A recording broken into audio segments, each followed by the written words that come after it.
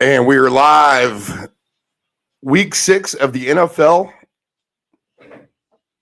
the round robin coming from the East Coast, 6:05 Eastern Time from our Virginia Beach, Virginia studios. And we're ready to break down all of the action here on week 6. I'm going to have to get a feel for this broadcasting studio, obviously. I'm not sure if this video is coming across with me sitting on the beach, kind of looking like a ghost out of an alien ship or something like that, kind of materializing out of thin air. But if that's me playing with the studio, and I can't figure out how to get that graphic off. So that's going to be what it is for the moment. We are live. We're here to talk the NFL. I got nephew Dave. He'll be popping in studio later. The Ant-Man with injuries, of course, and the latest fantasy angles. And Dave Del Grande, after a week off, he will join us again, and he will have a very good perspective as far as the NFC West and the AFC West, his complete wheelhouse. So we are your first look at the NFL lines on Sunday morning live. We are your creative content for those of you who are up early, who demand early gambling knowledge, wagering advice, interest, maybe learning some new ways, taking some different paths. And we're looking to invest the minimum amount to try to make the maximum profit or the maximum reward with what we're putting in to play today. Last week, we were pretty close. DK Metcalf cost us at the end of the day. He had one touchdown drop, and then there was a flag on another touchdown. Otherwise, we would have been really nice winners for last Sunday. But we do not look behind. We always look forward.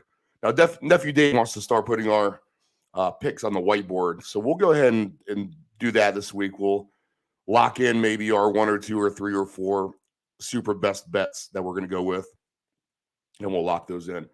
Dave says that he has a really good – Dave Del Grande, that is, says that he has some really interesting insight in some of the West Coast games. And when I was plugging some numbers in, there's some big, steady profits for not much weird stuff to happen. And I won't even call it weird. I would call it typical even in the scenarios today. So we're going to look at that. So we got a lot of good stuff to go to. Without further ado, though, let's just kind of catch you up on the slate of what we have going on, what we have weather-wise out there. And then we'll get to Dave Del Grande here in the next segment.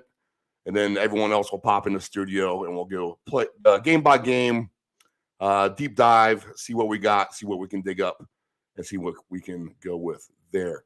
And actually, a lot of people bring their advice that's been brought to the table just overall in the grand scheme of things lately has been good. There's been a lot of stuff that I've even learned. Well, I've been doing this for, let's see. Well, my mom had me in the bingo hall when I was 6 years old playing bingo, which is funny because the first time I played it was with the little cover markers. We covered the numbers. I had one card. It's like the little chips. You didn't even have a bingo marker, so you had to put chips or like pennies on top of your numbers. And I won, I think, $75. It was in the Catholic Church there in Richmond, Virginia. She bought me the Millennium Falcon with that. Or I was able to go buy the Millennium Falcon with that. And I think she took the rest of the money. So that was in 1979, right when Star Wars came out. So buying the Millennium Falcon back there as a bingo winner, I guess that's where I got all the my wherewithal to want to do all of this stuff through the years. And then in high school, we started playing around a little bit. So we've been doing this a long, long time. Okay, so we have one game on the board. 12-7 Commanders and the Bears. 12-7 Washington wins that game, and we go into today. San Fran is at the Falcons. That is a 1:00 game. San Fran 3-2, Falcons 2-3. The Patriots are at Cleveland. No weather issues there. Both teams 2-3. The winner gets to 500. Obviously, when I say it like that. Good matchup in Green Bay. Weather a non-issue. Packers 3-2. The Jets 3-2. So two winning teams on the slate. The Jets, a nice surprise at 3-2 there. The Jaguars 2-3. They've already beaten the Colts so far this year. This is their second matchup here in week number 6. The Colts 2-1. The Jags 2-3. So the winner here gets to 500 and better. The Colts trying to avoid slipping below 500. The Vikings are at the Dolphins. No weather issues in Miami, although it could be warmer for the Vikings. But the Dolphins are going to be undermanned there at quarterback. 3-2 for the Dolphins. Vikings 4-1 as the guest there. Another 1:00 game. We have Cincinnati at the Saints. Both teams 2-3. The winner gets to 500 there. 1:00. We have the Ravens and the Giants. Underrated game, maybe you would say. 3-2 Ravens at 4-1 Giants. No one expects the Giants to be right here where they are at this point in the season, but very nice so far. They're coming off the big win over Green Bay last week over at Tottenham. 5 soccer games later today, too, by the way. We'll talk about that in just one brief second. No one wants to talk soccer on the show, so it has its own show. So we'll talk about that in a minute. Buccaneers 3-2 at the Steelers 1-4. Everyone's waiting for the Buccaneers to implode a little bit. They're kind of waiting. They have not shown that yet. They've been squeaking by wins. They squeaked by last week with Atlanta, although they were up convincingly the whole time. Atlanta did have a nice rally to come back, and then that penalty on Jarrett there at the end of the game was a killer for them. So the Buccaneers 3-2, they go into Pittsburgh 1-4. Nothing more than the Steelers would like a chance to get the chance to turn their season around by beating Tom Brady in Pittsburgh today. That is a 1:00 kickoff. That should be a 4:00 kickoff. NFL, what are we doing? Here we are again. We just have 3 4:00 games on the slate. This is the 3rd week in a row now. There's no 4th 4:00 game, or 5th for that matter. There's no Sunday early morning game to warrant taking away a 4:00 game, which I don't think warranted that in the first place. They should be taking away a 1:00 game. Don't dilute the product over 1:00 for those of us in the bars or trying to have 4 or 5 TVs at home. You know, if you have more games spread out, we can watch all of them. You know, NFL. Panthers 1-4. They have a terrible home support. Their stadium last week was full of 49er fans. They will go onto the road to the Rams, where they have terrible home support, but not nearly as bad as the Panthers, and no one from the Panthers will be traveling. So unlike last week against Dallas, the Rams will have more of the home field advantage today. Anyway, the Rams are 2-3. The Panthers 1-4. No Baker Mayfield. No Sam Darnold. No Matt Rule, for that matter. So the Panthers coming in to a situation with the Rams in which, if you have Survivor Pool, I don't know how you don't use the Rams if you haven't today. That looks like the obvious layup at this point, which I think you have to take. If you're in Survivor Pools, you have to take the obvious layups, because you're down to less than 10% for the most part in all these pools. So the Rams 2-3, they are in a get-right spot today, hosting Carolina. Seattle 2-3, hosting the Cardinals 2-3. Everyone's waiting for, I don't know if you're waiting, but the expectations by those who do support the Cardinals are that they are the high-flying team, exciting to watch. They started the season so strong last year, only to look really ugly down the stretch. So far this year, just 2-3, although they had a gutty performance against the Eagles. They fall short at home last week, and they travel to the Seahawks 2-3. There was going to be a potential time change for this game, but with the Astros wrapping up 18 innings of baseball last night against the Mariners and clinching their division series, the Astros move on. The Mariners are done, and no time change needed for the 4:05 kickoff in Seattle. No weather issues there. All up and down the board, if I did not touch on it, Steelers, no weather issues. Giants, no weather issues. We talked about Miami. Okay, so we're caught up there. Kansas City, that's the marquee game of the day. No weather issues there. 4-1 Kansas City. They host the 4-1 Bills in the marquee matchup of the afternoon. Although if you're an Eagles and Cowboys fan and you are riding on high mojo now, if you're in Philadelphia with the Phillies, they clinch yesterday their division series. They'll face the Padres, who also clinch their division series last night, rallying over the Dodgers. We'll talk baseball playoffs real quick in a second. Cowboys 4-1, Eagles 5-0. So a good game on Sunday night there. And then we have the game tomorrow night, 2-3 Broncos. Russell Wilson questionable as we speak at the 3-2 Chargers, and no weather issues in that stadium, unless we have sideways lightning like we did the very first Monday night game we had there. Okay, Eagles and Cowboys, no weather issues as well. So that's your slate. Let's go ahead and take a look at the standings real quick. We haven't done this all year, but it's time to kind of start to look at that and see where you're at. When you have teams with motivation, like the Chargers may get tomorrow night, that's something you want to look for. All right. So the Chargers are 3-2 in their division, 4-1 for Kansas City. If they lose today, the Chargers can get into first place with the Chiefs tomorrow night. So 2-3 for the Broncos, 1-4 for the Raiders. They have a bye. Houston Texans on the bye. They're at the bottom of their division. They're 1-3. And then log jammed right there in the South, as we all know, the Titans, the Colts, and the Jags. 3-2 for the Titans. Other two teams are at, actually, the Colts are 2-1. The Jags are 2-3.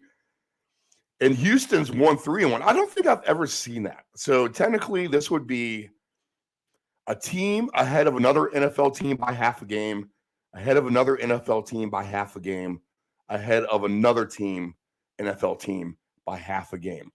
I don't think I've heard anyone say that all week when I've been listening to my sports or doing my investigating. I'm just coming across that now. But in baseball, you see half a game leads in divisions all the time. You never see that in the NFL, that's for sure. But with the ties that the Colts and the Texans both have, each team in the AFC South is separated by just 1.5 game if you go up the ladder. Wow. Okay. 3-2 Baltimore, they lead their division. The Browns and Bengals look to get to 500. We said that. Steelers, even at 1-4, are just a couple games back of first place. And in the AFC East, 4-1, the Bills, they are the maybe bookie beaters. They look like it last week. They were the bookie crusher over the Steelers, that's for sure, with complete revenge on their mind and being the favorite on the road.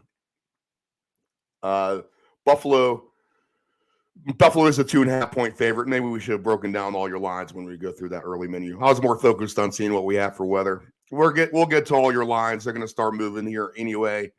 Once we get going here and everyone starts waking up. Buffalo 4-1. The Jets and Dolphins, nice story so far, 3-2. And the Patriots not going away quick, 2-3 in their division. All right, so everything, if you look at it, is pretty much a logjam. Even if the Cowboys were to win, all right, did we talk about that? No, we didn't get there. So Eagles are 5-0, Cowboys 4-1, Giants 4-1, Commanders 2-4. So if the Commanders, they're in the books. If the Eagles can lose to the Cowboys, we'll have a first place tie there. Washington, 3 games. That will be the biggest separation. So in any division will just be the 3 games between the top and the bottom there. Okay, so Minnesota 4-1. They'll go to 5-1 with a win today. Green Bay 3-2. So they could actually end up in first place with the Vikings today at the end of the day.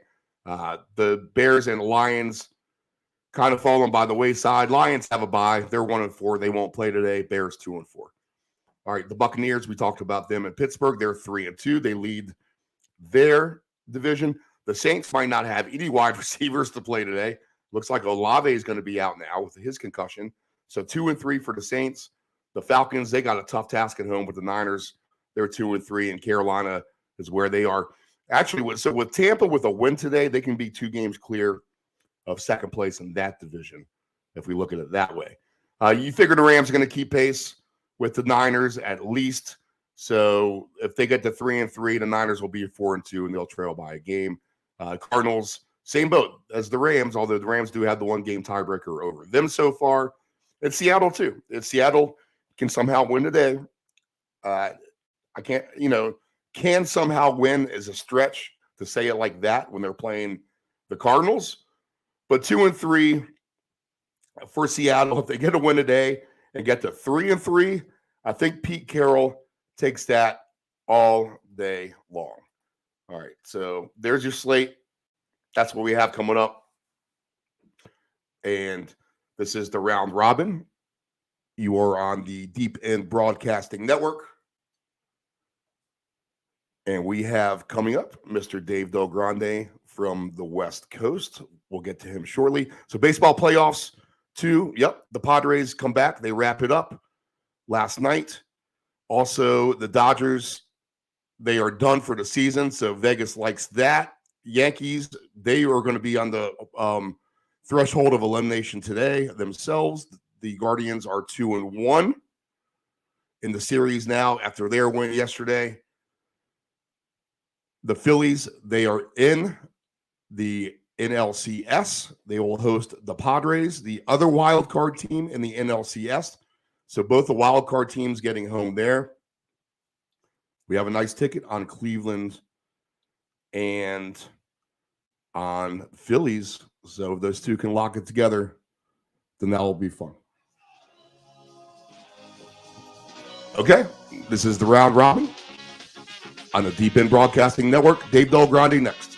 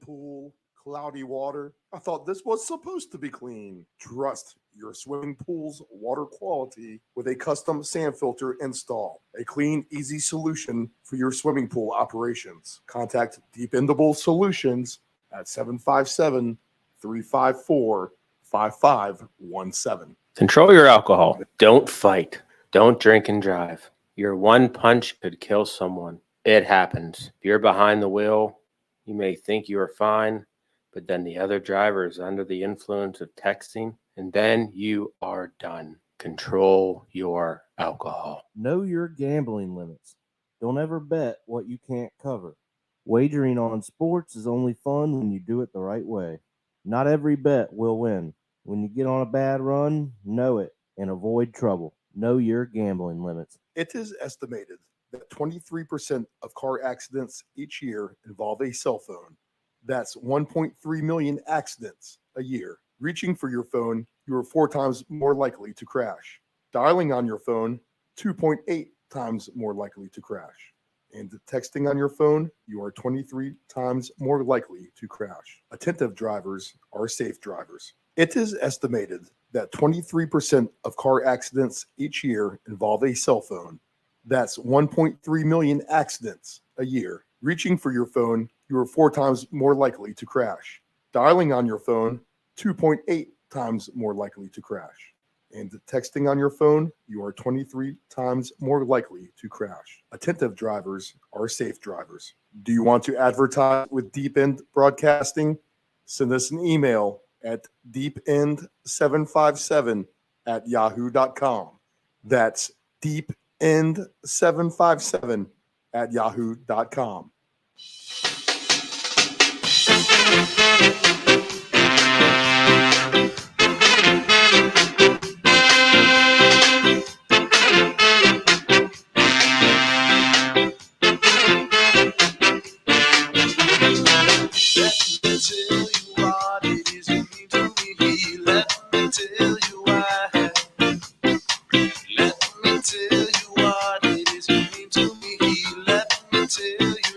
Welcome back. Joining us from the West Coast, he works for Field Level Media.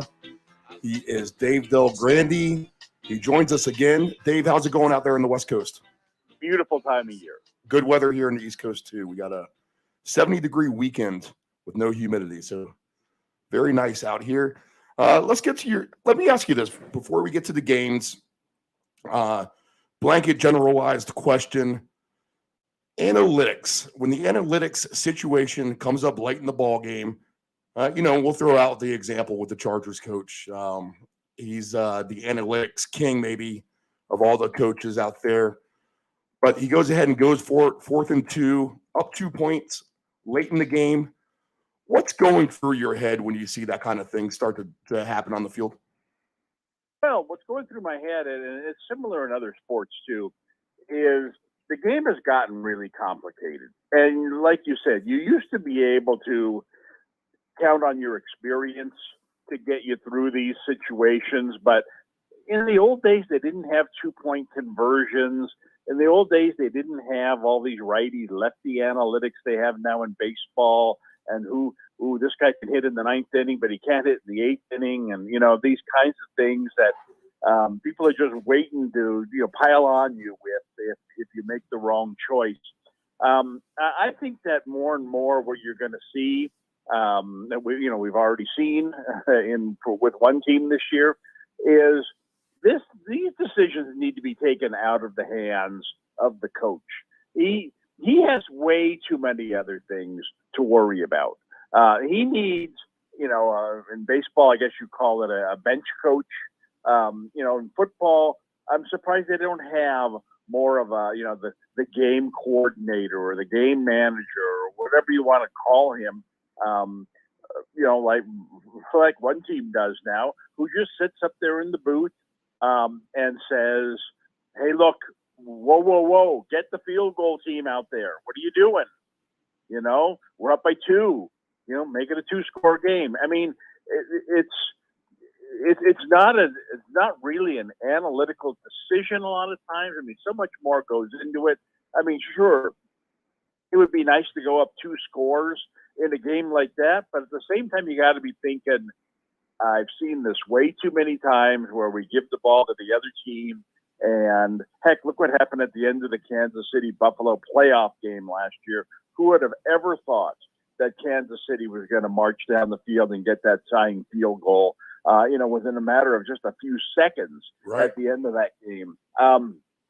And so, you asked what goes through my mind. What goes through my mind is that this is a really complicated decision that's being made and probably not being made by the right guy. When the Chiefs, when they were up 7 and they went for the 2-point conversion, I get that. I feel like you're trying to put the dagger through the heart. You're trying to get up 2 scores late. If you go up 8, the other team can still tie you, but they do need to get a 2-point conversion, which is really just an extra play they have to convert. But I do like the idea of going up 9. Do you like that?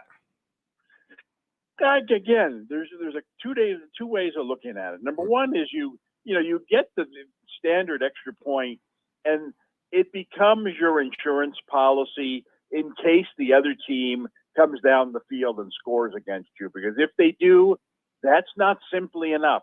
you're still given a second shot at, okay, look, we couldn't stop them there, but we're still ahead, and we get one more play here to stop them. And if we do, we're going to win this game. And if we don't, then all they're going to do is tie the game up, and excuse me, and we get the ball back, with a chance to go ahead. So that it was gutsy. I kind of liked the idea. I was rooting for the Chargers at that point, and I was hoping that they would miss it, which they did. But at the same time, it was like, man, that was lucky. That was, Sandy, LA really caught a break there, and I'm not sure. Again, I'm not sure that was really the smart thing to do. But like you said, I could understand what the thinking was. Okay. 1 o'clock games. Let's get right to the slate. We have the 49ers. They will travel into Atlanta. 49ers 3-2. Stand by. Ad popping up on the website there. Okay, so the 49ers 3-2. They play at Atlanta. Atlanta's been feisty. They lose at Tampa Bay last week. They started the rally, and then of course there's that controversial play there with the roughing the quarterback. Actually, let me just pause there because we saw 2 instances of that, and you're from the old school as well. Is that just disgraceful on the referees' parts at this point that they're throwing these flags on these? The defender for the Chiefs holds his body up. He has the ball in his hands. What do you make of all that stuff before we get into that? Well, I certainly don't blame the referees. They're just being told by the league, what they need to do. Because these referees are all old school too. It's not like they just began refereeing, 2 weeks ago. Most of these guys have been refereeing for 30, 40 years. Right. Probably have seen this call in high school football 1,000 times and then never called roughing. But when when your boss says, "Hey, look, we're under the gun here. We're getting, scoring is going down. We need to keep the quarterbacks healthy. We're getting crushed with this concussion thing. We're going to bend over backward, to make sure that these guys are healthy." And calls like that, I think, do more to send a message to the rest of the league than they do to really impact one game or another. I really don't think the NFL really cares that a call like that wins or loses one football game. When if you watch some of the other games going on, and now you see there was a game. I forget what night it was. It might even have been Monday night, or it might have been Thursday night game, where guy came in on the quarterback, had a clean shot at him, basically just grabbed him and wrapped him up and held him. Didn't even take him down. I mean, and it's like, all right, this guy got the message. This isn't wrestling. We don't need to take the guy down to the ground. The referee's going to blow his whistle, and the play is going to be over. And it's kind of created a different kind of football, but it's one that, you kind of got to roll with the punches. And like I said, it's a very difficult call for the referees. I think they're trying to do the right thing. And what I definitely do not agree with is that this should be reviewable. I mean, I'm big instant replay guy, and a lot of the things they've done in baseball and football and basketball have been really good, but you can't overdo it. You can't have balls and strikes be reviewable. You can't have every little play. This guy was holding. We're going to review it. We're going to review every play then, and so you got to draw the line somewhere. And this is just one of those things where no, we can't go that far with instant replay. We've got to trust that the referees are doing the right thing. And like I said, they're doing the right thing because that's what they're being told is the right thing. So, it's a phase. There was a lot of talk about this when they changed the rules on the no more touching receivers more than 5 yards downfield. And oh my God, it's going to turn this into a pinball league. And Why don't we, why don't we just make it touch football? Every team's going to score 100 points, I mean, all the old time cornerbacks were talking about. And look what's happened. It's made it a better game.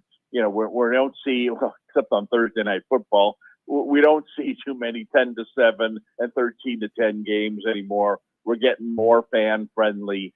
And then the classic example being the Kansas City Buffalo playoff game, and lo and behold, they're playing again this week, and probably the most talked about game of the season. So, I don't know. I just think that there are phases all sports go through. In the short run, you ask yourself, "Oh my God, they're ruining the game," and then you come to see 2 or 3 years later, you don't even think about it anymore. So that's kind of where I stand on that. Got you. All right, very well put. San Fran at Atlanta. Dave, to me, the 40.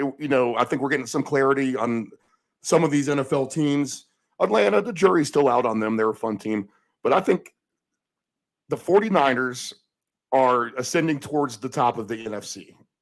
Do you get that same opinion right now where we stand going into this week of action? Yes. Well, I always thought that they were, Right. One of those teams going in, even with the quarterback situation at the beginning of the year. And the 49ers, people don't realize this. They have, I think I read a graphic that the 49ers have the second most injuries of all teams so far this year in terms of the total amount. Oh, that is interesting. Yeah. Total amount of salary that they have on the sidelines. And they're nowhere near full. I mean, they're playing without their star left tackle these days. Remember, they're starting running backs not in there. Heck, they're starting quarterbacks not in there.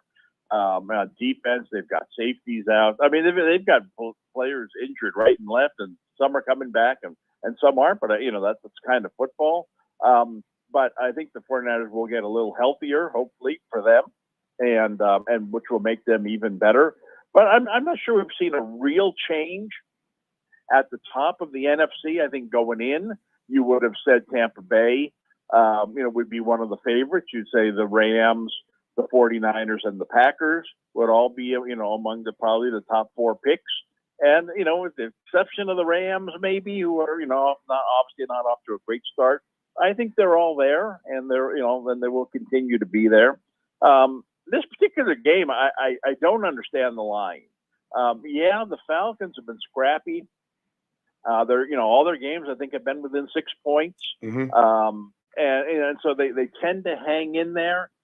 But let's be honest, this is not a good team. This is, and this is a team that, their star wide receiver is suspended for the season. Their star running back is now out for the, for foreseeable future. The top draft pick will be out from last year. Pitts, he'll be out. And they're basically using what most and every other team in the NFL would consider to be a backup quarterback. I mean, I just don't see them, even at home, continuing to hang in there with elite teams like this. 49ers just last week played a similar team, Carolina, and blew them out by 3 touchdowns. And I just don't. I don't see Atlanta hanging in there. I think this is one of those games where, the 49ers, you can kind of name the score. They'll probably, I think they're as likely or not to get a defensive score as they get ahead and get their pass rush going on Mariota.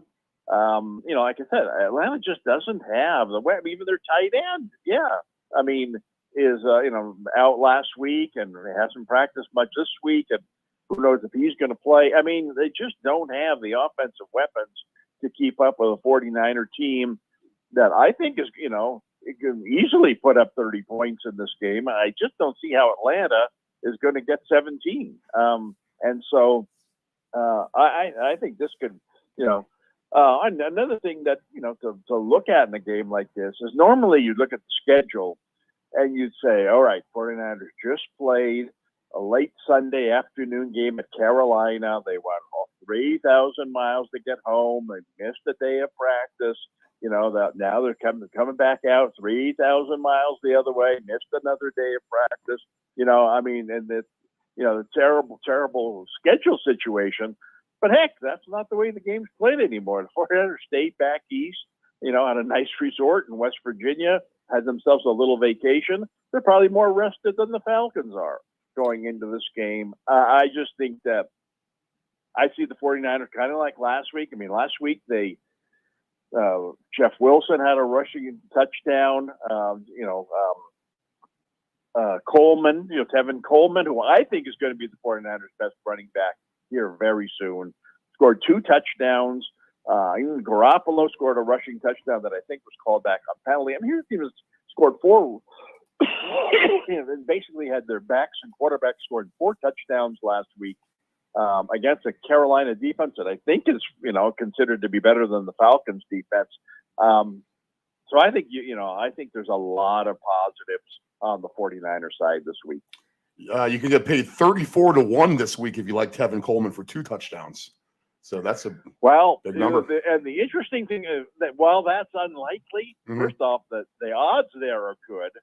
Secondly, like I said, the 49ers are a team that is a really, they're called a really good running team, but what they really are is a good outside running team. And when they have a speed back like Mostert running for them on the outside, they really can crank up their running game to put up big numbers. Well, Jeff Wilson is not that type of guy. He's a between the tackles guy, and he's done very well, but getting 4 or 5 yards at a time. Every once in a while, he'll bust one, and so his end of the game numbers will end up with 60 or 70 yards. But for the most part, he's rushing 15 times for 50 yards. What they need is a guy to get outside and get their big chunk plays like they had with Mostert. And, Coleman was this guy for them until he got hurt. And then, the 49ers have phased running backs in and out, for the last 3 or 4 seasons. And now he's back. I'm not sure he's as good, he might be, as Mitchell when Mitchell comes back, because he's got a little speed too. But for now, to me, he's their best running back. And let's not forget, this is a former Falcon, returning to his hometown. And so will the 49ers in a game, where they're ahead 2 or 3 touchdowns, go out of their way to get in the ball, get him in the end zone? I don't think there's any question about that. Question is, can that happen twice at 34-1? I take my shot at it. I mean, it just happened last week. Well, why not this? Why not again? Yeah, exactly.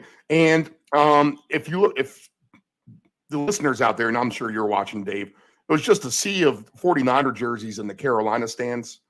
They're going to migrate south into the Mercedes Dome. I've been in that stadium. That is not going to be a home field advantage for the Falcons. It will be a fast track.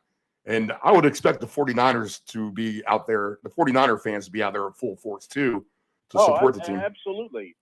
And as I mentioned a while ago, it's almost like a home game for them. I mean, and not just because of them in terms of the fans, but here it's a Shanahan's reunion. In Atlanta, first game he's had in Atlanta since he was their coordinator on the Super Bowl team. Yeah, good points. Yep. And the fact that they've been vacationing all week. In West Virginia, they're taking, in essence, a little puddle jumper, to get to the game. It's almost like, driving their cars to the game. They'll get there faster on the plane than they would from home at their home field. And, last week was the game where you worried about, the late afternoon game. Might it be cold this time of year at Carolina? Possible it's going to be raining. It's grass field, all these things. Just like you mentioned, this is exactly the opposite. This is fast track, indoor. You don't have to worry about any of the weather factors. Like going to a Super Bowl, that you're going to get all the right conditions. And I don't know. I just think this is all set up for, like I said, I was shocked when I saw the line on this game, because I really think that there's a 2 touchdown difference between these two teams. And all applause for the Falcons for hanging in there undermanned all season long. But that just doesn't continue. The bubble will burst one of these weeks. And if it's ever going to happen, this looks like the week where it could very well happen. Yeah, and the 49ers have a real good chance here to flex their muscles. I'm going to be on board with the Falcons getting blown out. So we'll go ahead and put Atlanta on blowout alert for sure. Tevin Coleman at plus 390 for anytime touchdown, too. So almost 4-1 odds just for the one touchdown. That's a pretty juicy payout. I agree. And like I said, if this were, I don't want to throw a name out there, but, if this were basically any other running back who, the 49ers have cycled many in and out already this year. And if this were any other guy who they were bringing back, and it's a nice story, and, we're going to see how he can help them out or whatever. All right, I can understand where the chances of that single guy getting into the end zone would be pretty remote. But, this is a former Falcon guy. I mean, this game at Carolina, I wouldn't really give him any kind of emotional edge. But this is his game back home, coming off one of his great games, probably of his career, even though he didn't even start, scoring, rushing, and passing touchdowns last week. Got to really feel like he's a part of the team. Heck, probably showing the team around town. I just think that if you're ever going to go overboard to help a guy have a moment, get a moment where he can spike the ball in the end zone, run over and hand the ball, who knows, to his mom in the stands or whoever it might be, his team. This is the game. This is the game where something like that can happen. And you just don't factor that kind of stuff into odds when you make them. But when you take a closer look at the game, it's just, you got to know the coach is thinking that way. Now, will he get that opportunity? Might this be a close game? He can't take any chances, whatever. Yeah, who knows? But if he gets that opportunity, I got to believe he's going to, first and goal at the 1 yard line. All Garoppolo has to do is, sneak it in. He's going to turn around and look who's behind him now. It's not Wilson, it's Coleman, and, turn around and hand it to Coleman. He's in the end zone, and you go cash your one touchdown ticket, and now you're halfway to that 34-1 ticket that you also bought. Okay. So we just talked about the Panthers. They will go east to west. They are 1-4. They are at the 2-3 Rams. The Rams have underachieved from probably the general perception of things so far to start the season. The Panthers, they're in a lot of trouble. They've fired their coach. So there's our first coaching fire. I guess that answers our question. We've been touching on that every week. Who's going to get their head on the chopping block first? And that was Matt Rule. Although he's going to go out paid very handsomely to get his head put on that block. So I don't think he's going to be complaining too much at the end of the day. But the 1-4 Panthers, they go to the 2-3 Rams. Is this the situation where the Rams finally get right, Dave? It should be. Because both ends of it say it should be. You could look at the Rams part and say, man, this team needs a soft landing right now. They need to play a terrible team at home and get all their engines up and revving. And this is exactly what they got here. This is arguably the worst team in the NFL, given their current situation. One where like I said, the 49ers just went there last week and put up huge numbers on them on the road. Now it's the other way around. Now it's the Panthers coming out west. Kind of running into a buzzsaw here. So I think all the signs for the Rams look good. And on the other side of it, what encouragement is there from Carolina? I mean, they're even those quarterbacking.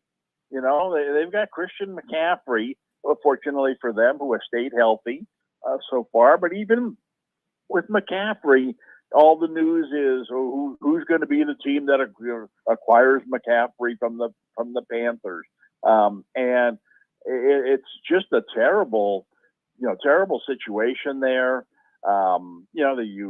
eventually they go back home, and you've got a couple teams in that division that you can hang with. When's the next Falcons game for them that they can actually win?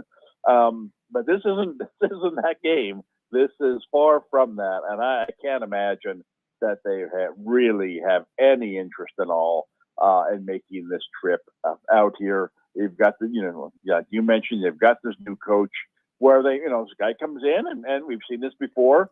New coaches come in, change a couple of things, get a better attitude, and the team starts playing better.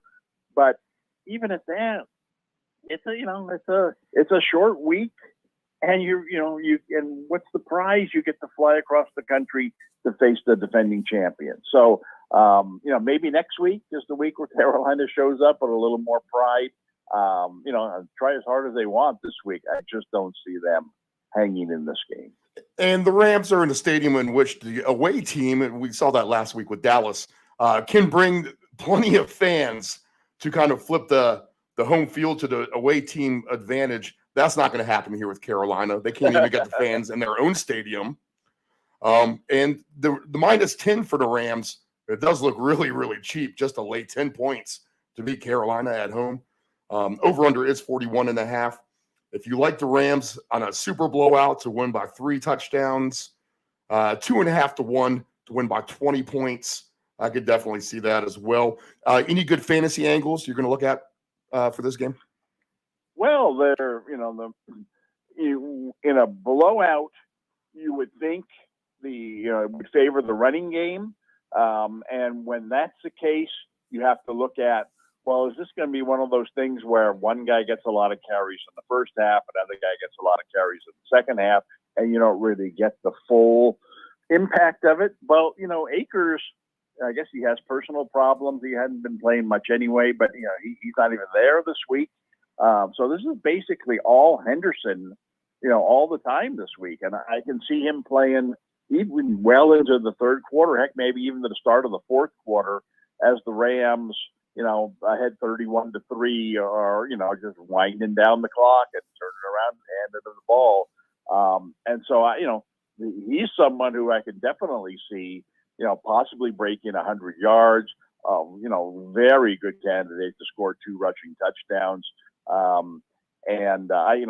would think that while the Rams would like to get all of their offense going well, including Allen Robinson involved a little bit, I still think that when you can do that, you can get ahead 24-3 at halftime.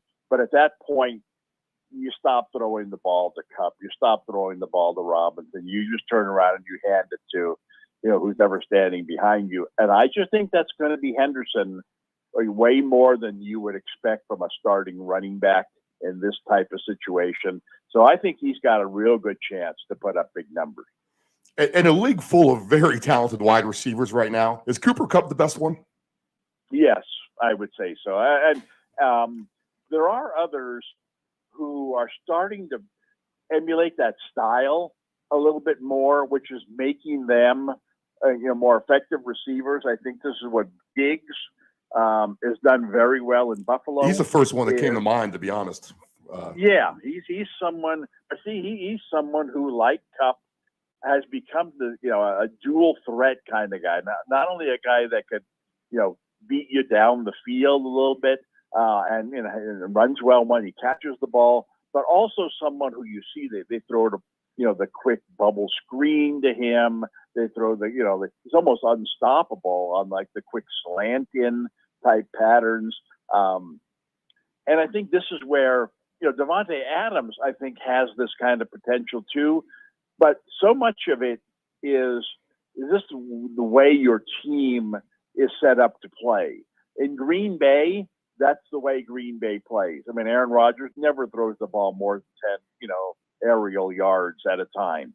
And, he threw the ball to Adams right and left, on these short patterns last year and turned him into probably the best receiver or second best receiver in the league last year. But the Raiders don't play that way.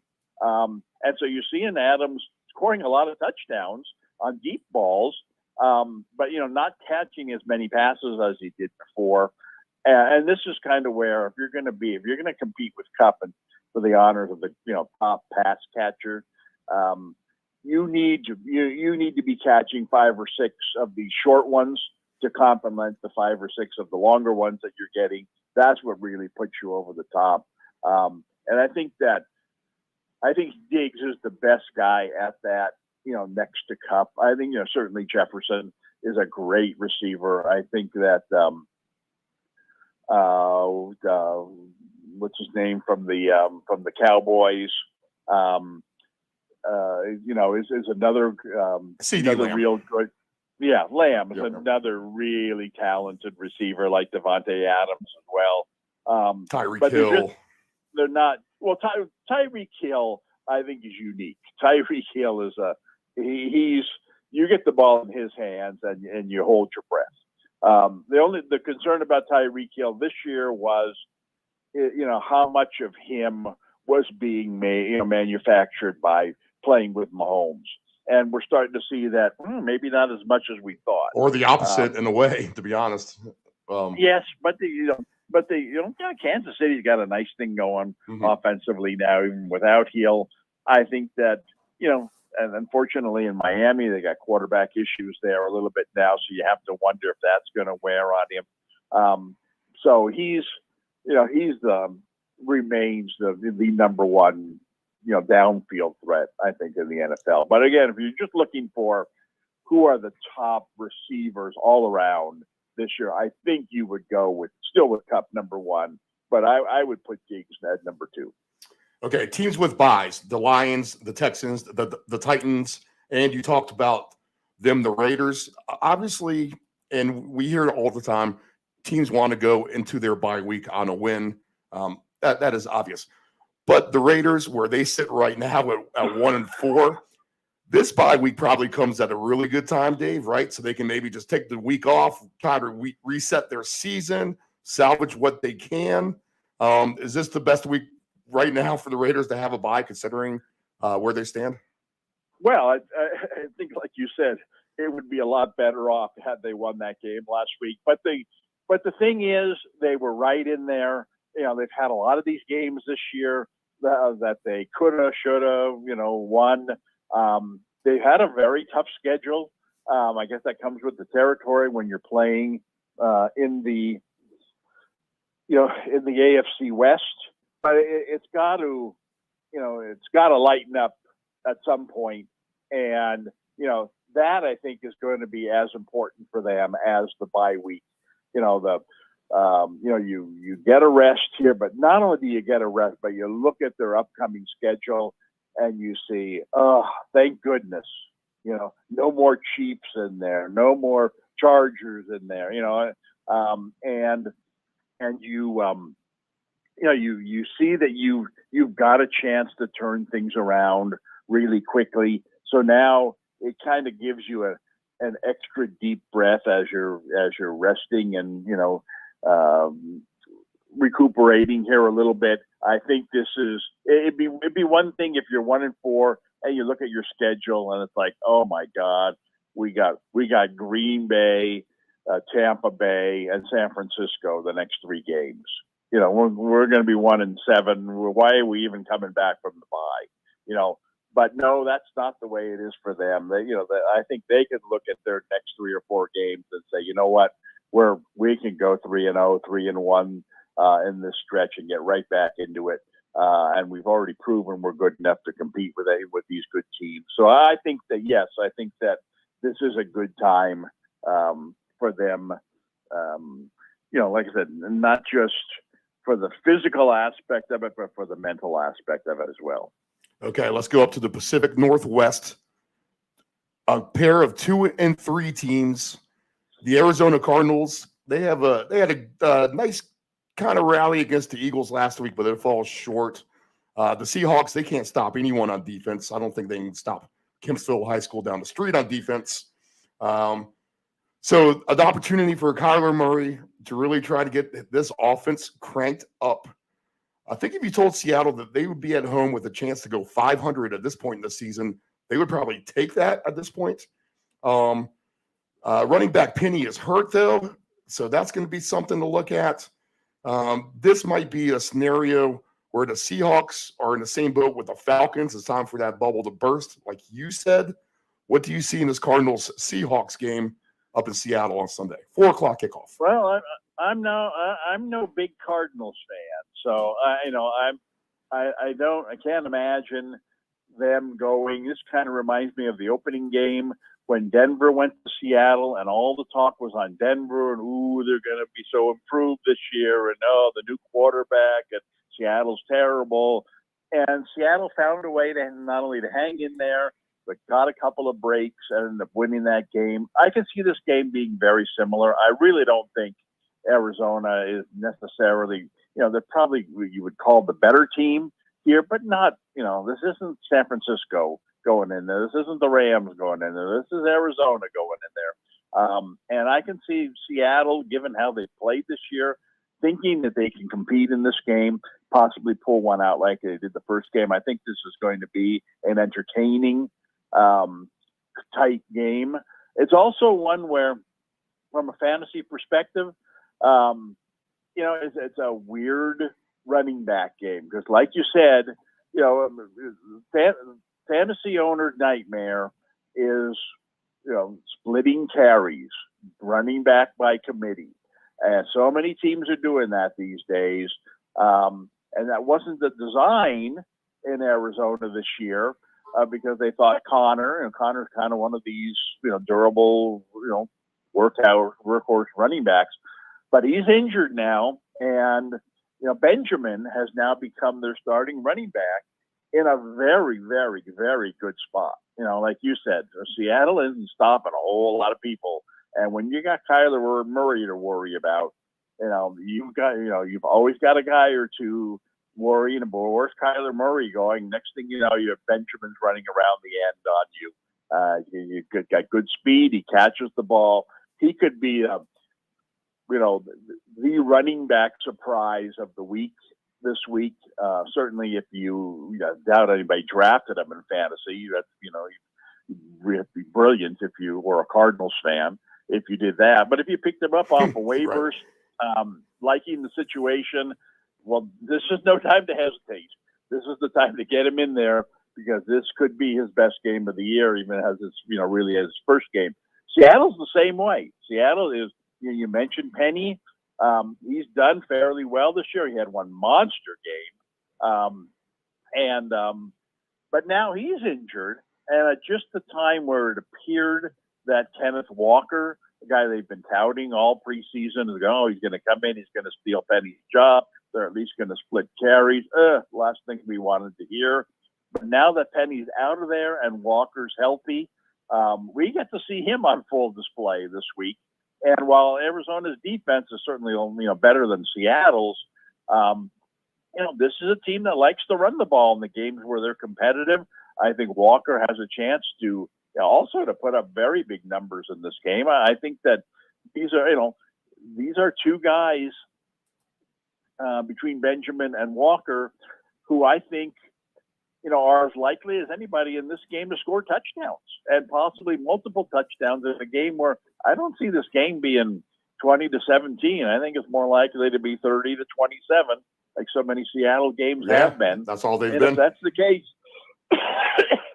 Seattle's got a nice little thing going in their passing game this season, which is surprising with Geno Smith. Maybe not surprising given the quality of their outside receivers.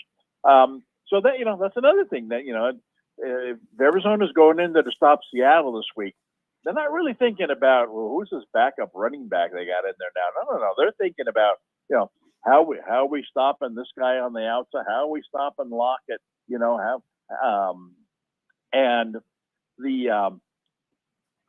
They're worried about, playing 5 or 6 defensive backs, stopping the deep ball. That's how you have running success. And I think that, I think both these running backs, I'll tell you, if I had them on my fantasy team, they would certainly be in the starting lineup. Kenneth Walker for 2 touchdowns is 6-1. Eno Benjamin for 2 touchdowns is 6-1. If we reverse back to the Rams game real quick, Henderson is plus 580 for 2 touchdowns. So all of those look juicy. Would you like Henderson as the favorite, though, over those two? If you had to pick one for 2 touchdowns, Is it Walker, Benjamin, or Henderson? Well, I think that Henderson is the more likely to score touchdowns. Right. Okay. Because he's a bigger back. He's more likely. Stafford is not going to run the ball at the goal line, and so he's going to turn around and hand it to his big back once he gets down there. So I think that puts him in a better situation to score touchdowns. But in terms of total yards, I think both guys in the Seattle game have a chance to have 100-yard games if you get a line on total rushing yards. Oh yeah, I got him right here. Total yards or whatever. I think that both of these guys have a chance. 80 yards easily, 100 yards, 120 yards. That's where I would go with these guys because, like I said, it's very possible that you're going to see Benjamin have a great game between the 20s. And he's piling up yards and yards and yards. And next thing you know, they get down by the goal line. Oh, there goes Kyler Murray faking the handoff and running around the end and getting that cheap touchdown himself. Of course. Yep. And so that's where I would go with those two guys. I would look more on the yardage side with them. I'd look more on the TD side with Henderson. Okay, so we get some really juicy numbers with the yardage as well. You can climb all the way up the ladder. For Benjamin, let's start with him. For 70-plus yards is plus 134. 80-plus, you're getting plus 210. 90-plus, plus 310. 100 yards is plus 450. And to get 110 yards is plus 640 for Eno Benjamin. For Kenneth Walker, he's going to be about the same, plus 162 at over 70 yards. Over 80 yards is plus 235. Over 90 is plus 360. So the 3.5 to 1 odds, not even to get to 100 yards. Plus 520 to if he gets to the century mark, and then plus 750 for 110 yards. I think I'm going to have to play some of those, Dave. Thanks for the tips. Yes, I think the higher numbers are,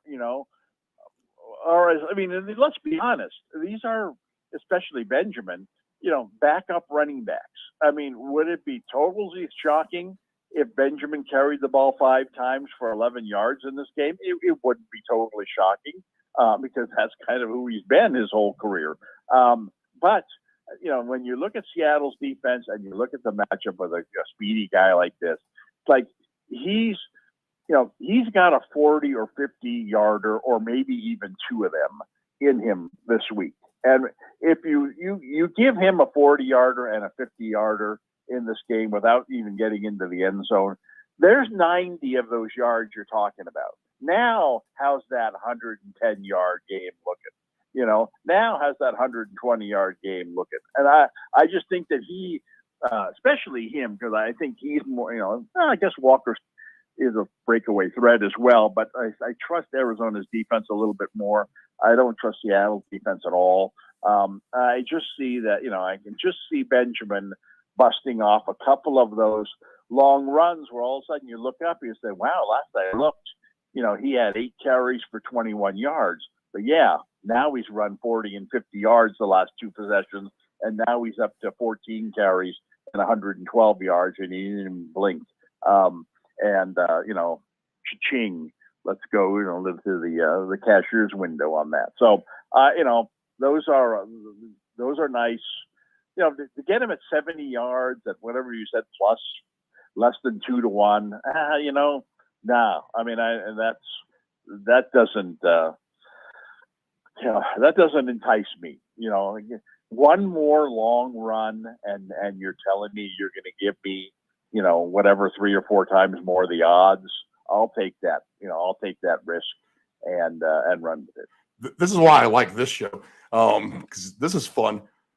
Look at this. So Kenneth Walker for 110 yards, parlay that to Benjamin at 110 yards. Parlay to Darrell Henderson with two plus touchdowns. Parlay to Tevin. Oh my God, they're gonna close a Las Vegas casino and cash that ticket. Parlay to anytime touchdown Tevin Coleman. $10 pays $27,250 if those 4 things can happen. I'm gonna have to take a little stab at that. You walked home from a casino and you've got $27,000 in your pocket. have you already spent it, or you got plans for it already? Pay off the truck. That would be the way to go on that one, I think. Okay, so we're looking at a high scoring game up there in the Pacific Northwest, and fantasy opportunity galore, props galore, with the Cardinals and the Seahawks. Okay. Does Kansas City ever play in Buffalo? I guess they have recently at some point, but here are the Bills again. They are in Arrowhead against the Chiefs. That is going to be your 4:00 primetime game. Those last two games are also 4:00, obviously, on the West Coast. We're talking Eastern Standard Time. So the Bills, they are going to be a favorite, -2.5 at Kansas City, over under 53.5. The Chiefs off somewhat of the short week and really hard game that we talked about already with the Raiders. The Bills, they come off a complete smoke job on the Steelers. The bookie crusher Bills, they have not been really that.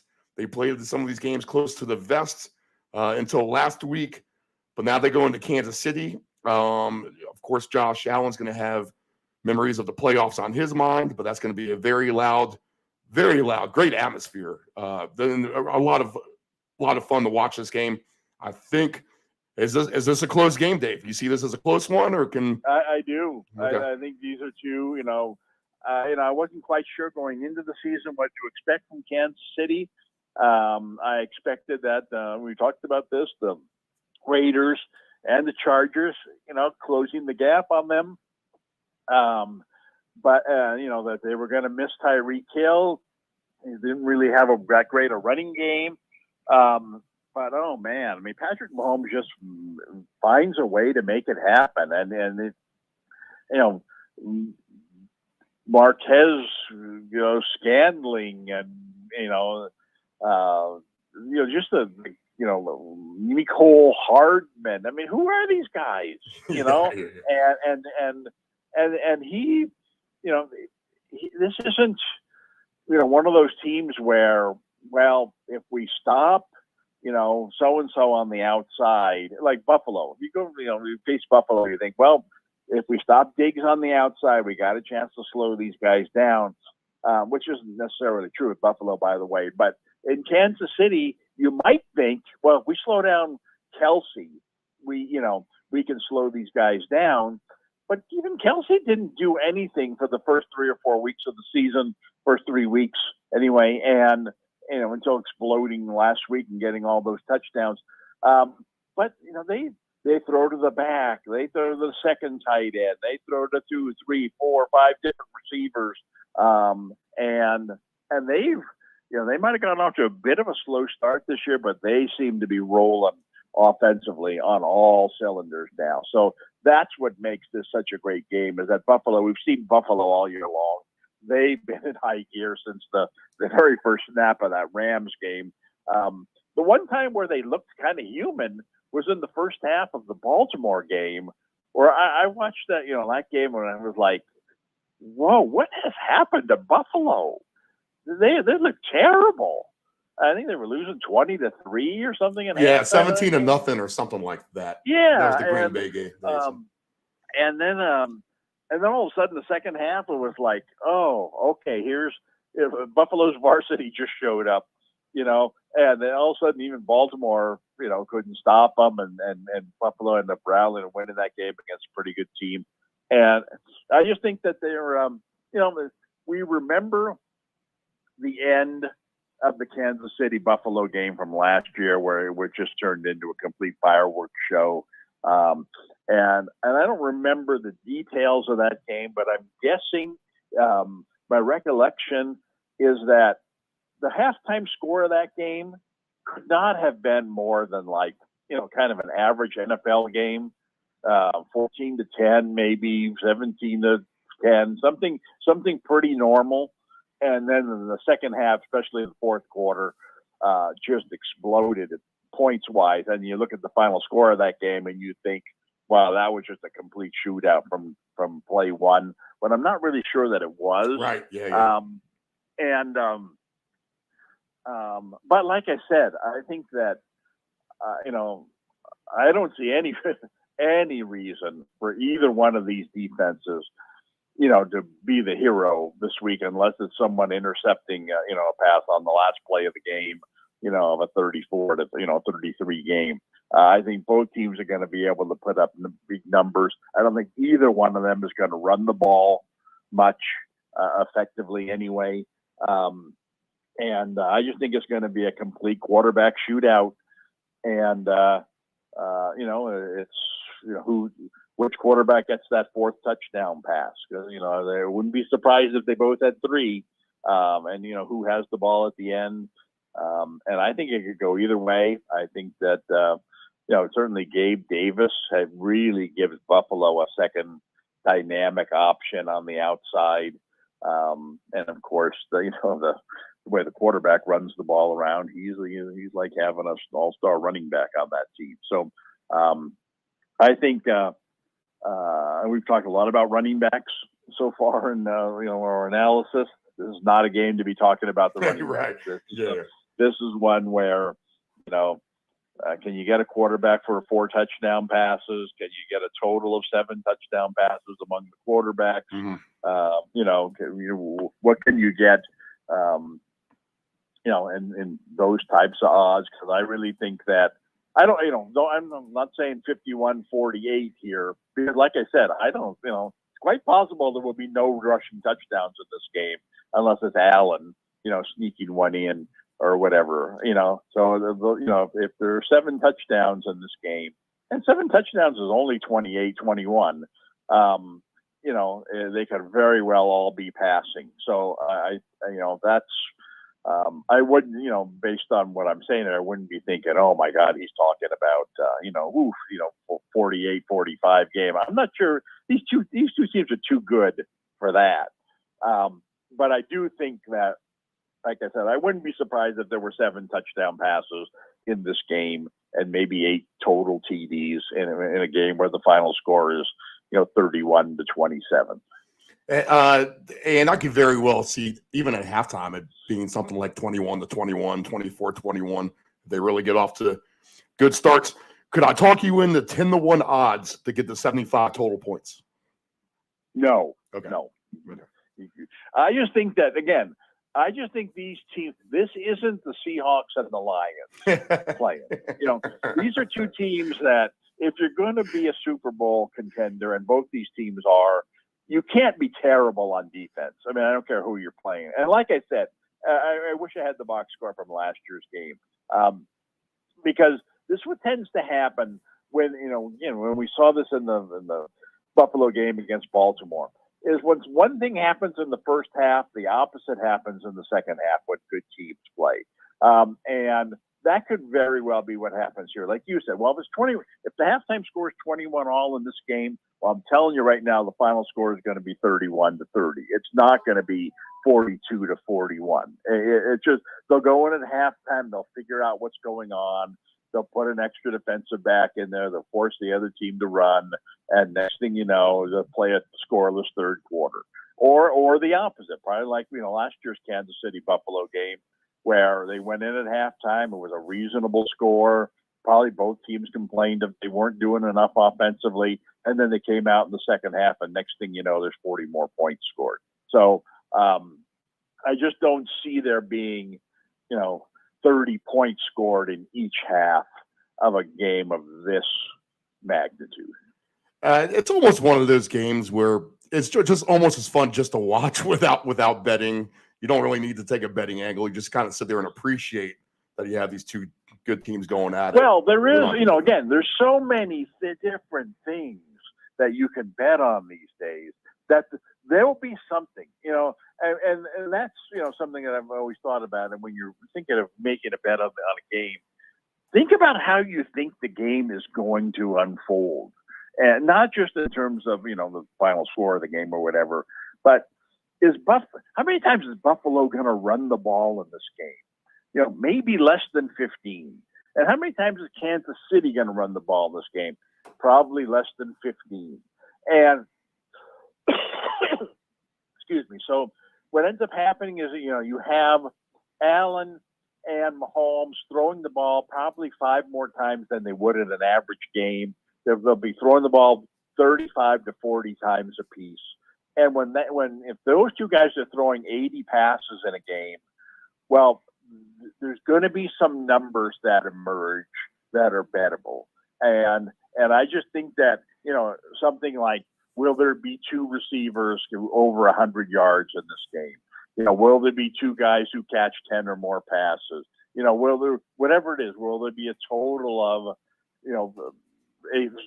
800 passing yards? I mean, just some, those are the kinds of angles those kind of very, very obscure. Sure, let's throw a number on that because someone might want, might be dumb enough to take it. Well, it's those kinds of numbers where probably not that much thought went into making the number. And secondly, if you really think that's the way the game is going to be played out, if you really think that Mahomes and Allen are going to throw 40 passes apiece in this game, then you start thinking about total yards passing, total touchdowns passing, and these kinds of things rather than, who's going to score the touchdowns? Kansas City, with the exception of the Raider game, Hardman's going to get one, and Scantling's going to get one, and Edwards-Helaire is going to get one, and Mahomes is going to run one. It's going to be four different guys probably. And Buffalo, one of their wideouts might get two, but which one? And so I would look for something obscure and passing yardage oriented if I was going to play this game. How about Josh Allen and Patrick Mahomes combined for 600 yards passing and 6 touchdowns plus 440? Now that's what I'm talking about. Okay. That sounds like you just made it up, because 600 yards between the two of them. There's nothing. They don't even need to play the game. Right. They had that in the fourth quarter alone last time they played. It's the 6 touchdowns part that is the questionable part. But like I said, is either quarterback going to throw 1 touchdown pass in this game? No. Is either one going to throw 2 touchdown passes in this game? Well, if he does, he didn't have a very good game. Right, yeah. And even if one of the two guys had 2 touchdown passes, the other guy only has to have 4. It's not like he has to have 7 to make up for it. And so I just think that, to me, is what are the odds of Mahomes throwing 3 touchdown passes in this game? I think it's better than 50-50.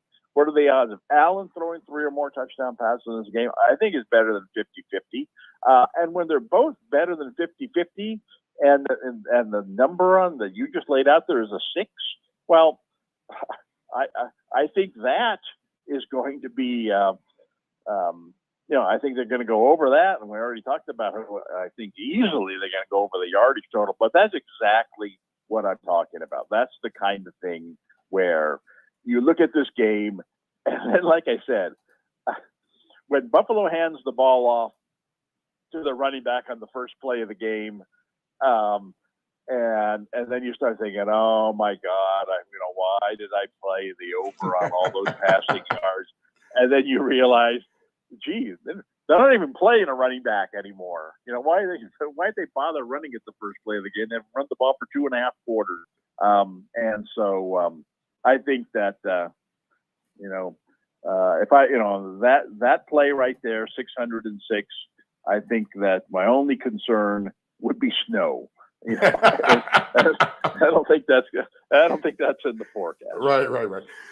Gabriel Davis paying plus 410 to get over 100 yards receiving. So that's pretty juicy. See, now again, it is, but I don't know. I just trust the quarterbacks.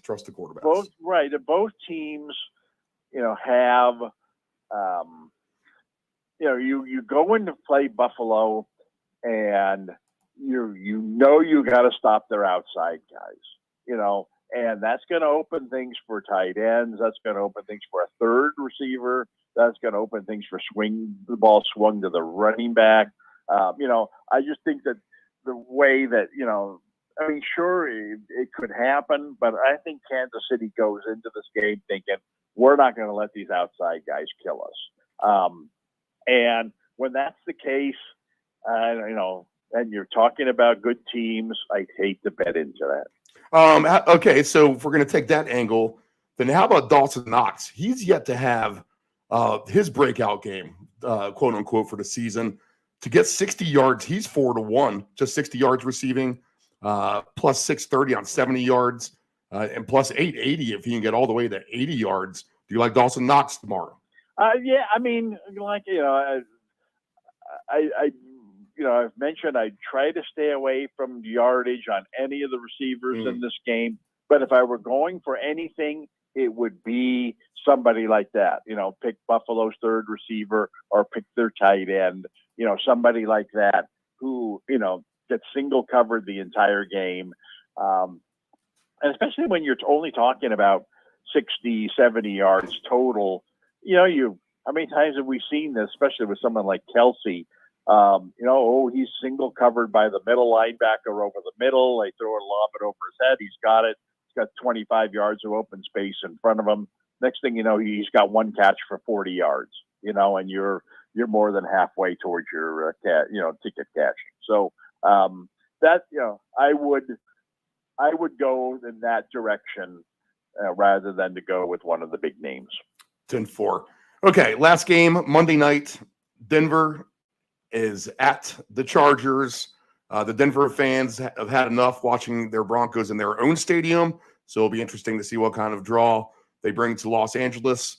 It's still early in the season. I think we'll still get a lot of Bronco fans there. -4.5 for the Chargers. Over under is 45.5. The coach who makes the worst decision last, is that the team that loses this game? Well, to me, the big question mark in this game is who's quarterbacking the Broncos. Because, Wilson, last I heard, Wilson came out of that last game with a pretty serious injury. He's trying to play through it. We know what happens when we've seen Denver the last 3 or 4 years when they haven't had a quarterback. The question is, do they even have one now? But, in the last 3 or 4 years, they've just, they just can't score enough points with their quarterback play. And if Wilson's not playing in this game, I think Denver fans who don't like Wilson are going to quickly remember why they were happy when they signed him or traded for him. Because you think your starting quarterback's bad, wait till you see your backup. Yeah. And I think that if Wilson is not playing, then I don't see how Denver hangs in this game. I just don't see how they're going to score points. And if he does play and he's not 100%, even at 100% this year, he hasn't had a real good season. Looks real old. But I do agree with something the commentators were saying on TV. And they even talked a lot about this in the Bears game that was on the other night, the terrible Bears game, is when you bring in a new quarterback who's got unique talent, you've got to diagram your offense around that unique talent. You can't just plug him in to the old system that wasn't working and say, well, he's better than the old guys, so the system is going to start working. Well, it just doesn't work that way, and we talked about this with the 49ers at the beginning of this year where, Trey Lance was not going to run Garoppolo's offense. It would be a totally dumb thing to do, and his talents are polar opposite. And I think that's what's happened in Denver is like when you think of Russell Wilson is one of the great deep ball passers in modern NFL history.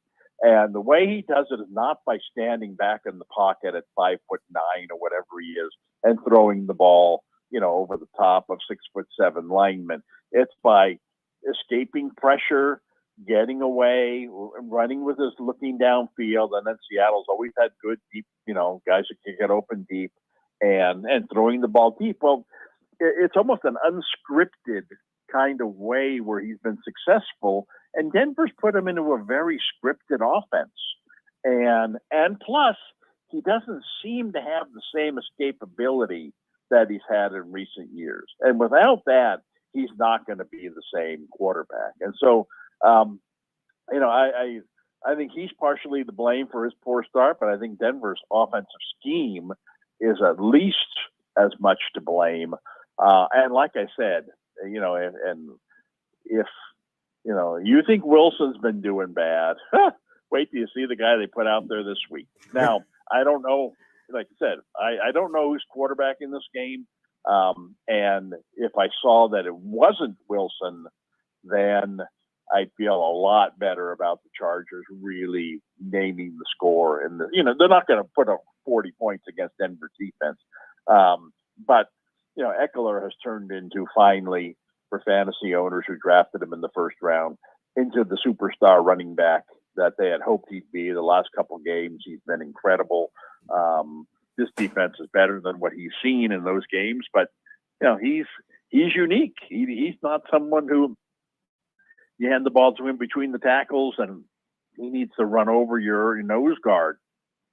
No, he is catching the ball in the flat. He's running the ball wide. He's doing a lot of things to get him away from the big guys. So he becomes very hard to stop. I think San Diego, I've said that twice now. I think the Chargers have, will find a way to score 20 to 24 points even against this good defense. And without Wilson, I don't know how Denver is going to score 13 points in this game. So all the way around, I see this as stay away from this game unless, the best thing that can happen sometimes for a gambler is when you get late information on a game where, okay, we don't know if Wilson's starting or not, so they threw a line out there that reflects that they don't really know. And then you watch the warm-up and you see that they've just ruled him out. And then the odds on the game go up a point or two, when in this case, the having Wilson and not having Wilson is probably a 7-point difference. Right, yeah. And okay. So if you get an inkling he's not playing, or you find out for sure that he's not playing, that's when you want to, jump on the Chargers. Because if he does play, and even plays conservatively, it doesn't play, real well, Denver has a way of, because of their defense, of hanging in the game. And the Chargers certainly aren't,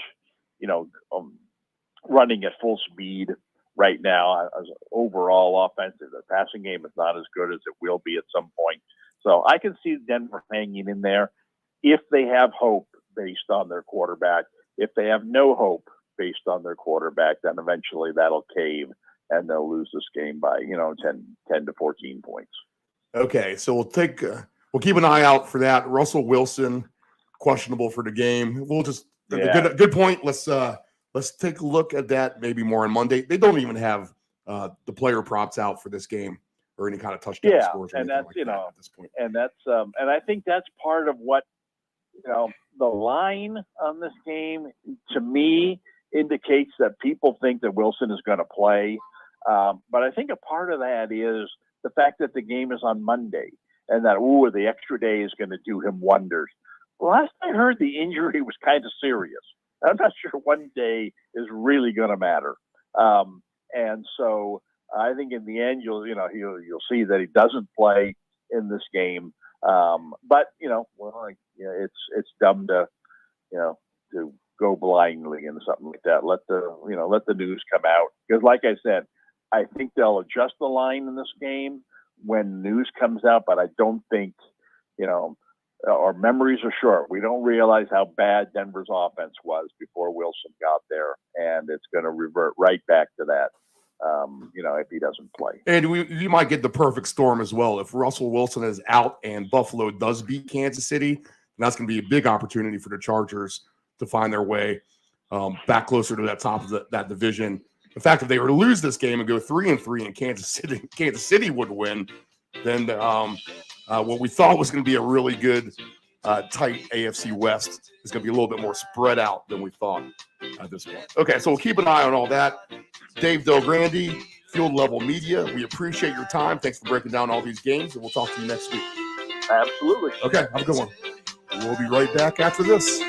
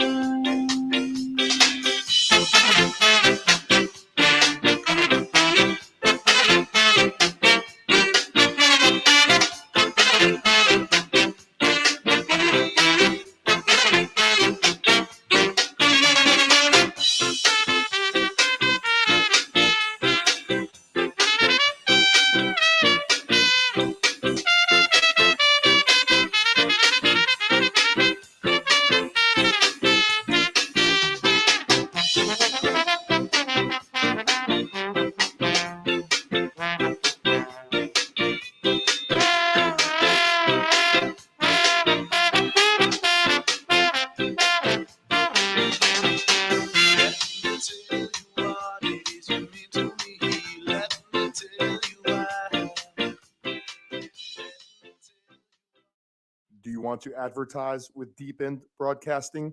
Send us an email at deepend757@yahoo.com.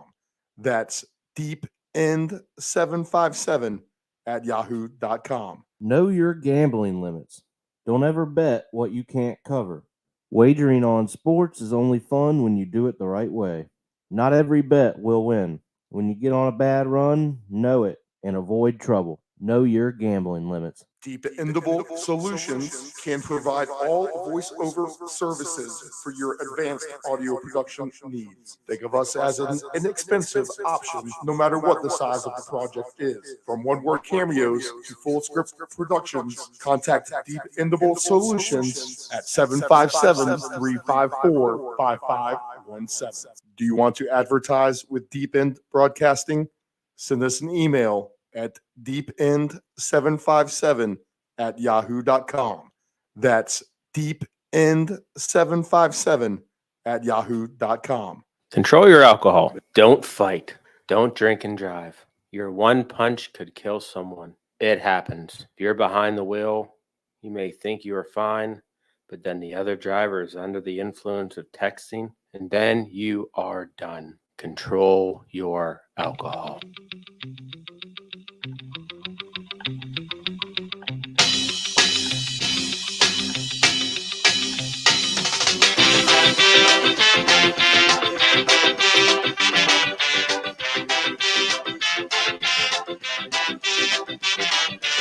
There's a place where we all go to have a few when we feel low. Drink ourselves into a state, drown our sorrow and fuel our hate. All day beauty in a tight black dress, pulls our beer, cleans our mess. That's to the name of Maggie Bay. When we see her, what do we say? Maggie Bay, bring us another beer. All right, we are back. This is the Round Robin. This is the Deep End Broadcast Network. We are live, 7:38 a.m. Eastern Standard Time on October the 16th, 1922. Nephew Dave is now in the studio. Go ahead and give me a mic check there, Nephew Dave. Mic check. All right, loud Good and morning. clear. Good morning. Good morning to everyone, wherever you are listening or tuning in to us around the world. This is your first look live as we start at 6 o'clock Eastern Standard Time discussing the NFL. Our point and objective is to get a first look at the weather, get a first look at the lines, start thinking about what we're going to do for today, start moving some lines around, start finding some props, start finding some fantasy, getting our survivor picks locked down. And we're going to do everything we can while putting down the minimum amount of money possible to try to win the most. That's basically the point of the show, if you haven't gotten the gist of that already. So we want to put down the minimum to try to win the maximum, and there's different ways to do that. Again, keep in mind, if you're going to go out and buy a lottery ticket for $20, you might win $500 sometimes. Not very often. You're going to lose your $20 lottery ticket most of the times, but I bet you'll come along the way if you listen to this show or do some thinking for yourself. I'm not trying to say this is what you need to bet.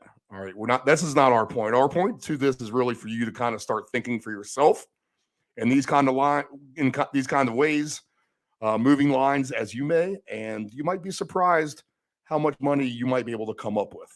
So our $20, I think that we're going to be able to turn that into more than $500 for you. It could be $2,000, it could be $3,000, it could be even more than that. We have one sneaky play we've already talked about with Dave Del Grande, a $10 bet, people, to win $27,000. Let's just recap that one real quick. And this is the point of the show in a nutshell for talking about it. So you're asking four things to happen. We're not asking universes to collide, all right? We are not asking for the impossible to happen here. Tevin Coleman, for the 49ers running back, anytime touchdown. Of course, he used to play for Atlanta. So at plus 430 odds or whatever he is, him. Darrell Henderson with no Cam Akers in the backfield today. Running back for the Rams, 2 touchdowns against a Panthers team who is struggling. And then you have 2 backup running backs in Seattle where they're going to kind of come in under the radar a little bit. Neither team is going to blow you away on defense, especially Seattle. We talked about all of that with Dave Del Grande there. And Benjamin and Walker, Kenneth Walker III, both to get 110 yards rushing. That $10 bet pays $27,500. Good morning. So honestly, if you're going to put your $20 lottery ticket in maybe winning 500 here or there, you get two chances. Here's half that money to win a very big payout, and you're just asking really four things to happen. A guy who's having an essential homecoming to get a touchdown, another guy to get 2 touchdowns who's a power back against a scrubby team, and then the running backs literally just to go off for 2 other teams who don't play defense. I mean, it makes a lot of sense to me. You can even juice those numbers down if you want for a less payout. To get 80 yards, I think I'm going to climb the ladder and kind of mix it up. You can even round robin that kind of stuff, Dave. Did you know that? No You doubt. can round rob all those player props. As nephew Dave is here in the studio too. We said hi to him. Okay, so a lot of opportunity. That's what this show is about. We're going to try to put down the minimum to try to get the maximum. And the round robin, as we just mentioned, if you're a new listener, we feel like we're going to have to repeat this a lot as we're going to have new people tuning in all the time. But the lesson's still a good reminder for all. It is a round robin is a parlay proposition bet kind of in the way. It's just a parlay with multiple teams, as many as you want, and they're all parlayed together. But know that the more combinations of teams, the more teams you put in one, more pricey it gets. Now, you can also put different amounts on the round robin legs of these parlays too. So, for example, we'll go with a 6-game parlay example today.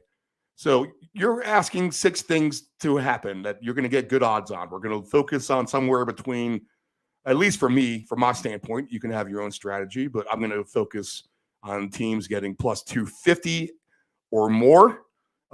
If they get plus 600, even better. If they get plus 1,000, even better. So the higher the odds, the better, because that is going to multiply your parlay payout big time.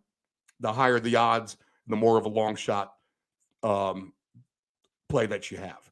And there are blowouts over under wise and point spread wise or puck wise or hoop wise, whatever we want to say, whatever sport, there are blowouts all the time. We saw that in Philadelphia as they just beat up on Atlanta in MLB Major League Baseball playoffs. So if you took all kinds of alt lines on the Phillies, you got big time there because they were underdogs most of the way. Also with the overs there, a lot of the games have been going over there too as well. So if you move the lines, because they've had low over-unders, we talked about low baseball scoring. So overs, good call on that, Dave. A lot of the games have been kind of going over. Even the ones that haven't been super over have been over. Right. With the exception of the 1-0 18-inning games and stuff like that. Man, so That was wild, wasn't it? Seattle plays an 18-inning game going into the 18th 0-0 and a 15-inning game 0-0. So they played 33 innings of playoff baseball in 2 games where they did not score a run. They scored the 1 run to win the 1 game. Well, that's kind of insane. They only gave up the 1 run on the flip side. So that's pretty great. Okay, so round robin teams, 6-team round robin. So we have teams A, B, C, D, E, and F. We're going to parlay all 6 together. That's a 6er. And the combination of the 5s. Actually, let me bring this up. Looking at our waveform. So that's stupid. But if I go ahead and click on the round robin 6-leg parlay. Okay, so you have 1 6-leg parlay of the round robin. You have 6 different 5-game parlays in a 16 round robin. You have 15 different 4-team parlays in a 16 round robin. You have 20 different 3-game parlays in a 16 round robin. And you have 15 different 2-leg parlays in a 6-team round robin. And if you want to put down just $1 on each one, so if it's $1 altogether, let's see. If you do $1 altogether, 15, 35, 50. I got to log in to do the math, Dave. So I'm not going to do that. $62. Okay. So $62 if you put $1 on each leg of a 16 round robin. So if you put that times 5, that's going to be a lot more. Okay. That's going to be more like 300 and something bucks on a 6-leg round robin. Now, one way I like to do it real quick, if I go ahead and axe a couple of these teams, if you do a 4-teamer, so you only have 4 different teams in the round robin to hit, you now only have 6 different 2-game parlays, 4 different 3-game parlays, and 1 4-game parlay. And literally, if you do $5 on each leg of that, that will come up to a total of $55. Okay, so that's not bad at all. $55 total covers you on all the 2s, all the 3s, and the 4s. If you have 4 things you really like, as far as a round robin goes. Okay, so looking to win the maximum while putting down the minimum. And that's a good example here. All right, so let's get up to date with all the point spreads. And as we go down real quick where we stand right now, we're going to identify our premier defenses that we've been talking about. We're going to identify the teams that are on the stinky list that we've been talking about. So these are the teams we're going to look to beat up on a little bit more as we kind of get into the end of October and November. And as we identify the stinkies, know that a team who's not doing very well is going to start to emerge and play better, and they're going to go on a run. And I think I have a good team actually in mind myself. We'll see if Nephew Dave can agree on that when we get to it. But there's going to be a lot of potential to be, and even today, I think, money to be made on teams that will kind of rise from the ashes and achieve themselves into a somewhat respectable end of the season, if not a playoff spot. Okay, so good defenses and stinkies. Tampa Bay and Pittsburgh. We have Tampa Bay. They are -10 on the road right now. These are all 1 o'clock games, only 3, 4 o'clock games, as we bitched about that a little bit earlier. Again, Tampa Bay -10, over under 45.5. I don't see Tampa quite yet as a super elite defense, but I think they're pretty good. Pittsburgh, I don't want to put them into the stinky category necessarily yet. I think they can have a lot to prove today. I don't know any of those teams you can put on the list there, Dave. I think Tampa's defense is pretty good. Yeah, their defense is. I really agree with what you just said, in the fact that I don't know that are they elite yet? We're still trying to figure that out. I think the defense is good, but I think the Steelers are, probably this game away from being in the stinky pile. Yeah, if they got blown out today, you can put them in the stinky pile. And the Bills, they crushed them. I'm looking at a Tampa Bay win here. But let's see. I don't know that I quite like that spread. Maybe I could see a touchdown game, or maybe right at that 10. So I think if we want to get any kind of value, we're gonna have to move that up for sure. And it could change for me anyway. But as of right now, I'm not super crazy about moving that line, very high. All right, survivor pick real quick. Is Tampa a survivor option today? I think you have to look at them today. Okay, all right. Jacksonville at Indianapolis. The Colts right now -1.5, over under 41.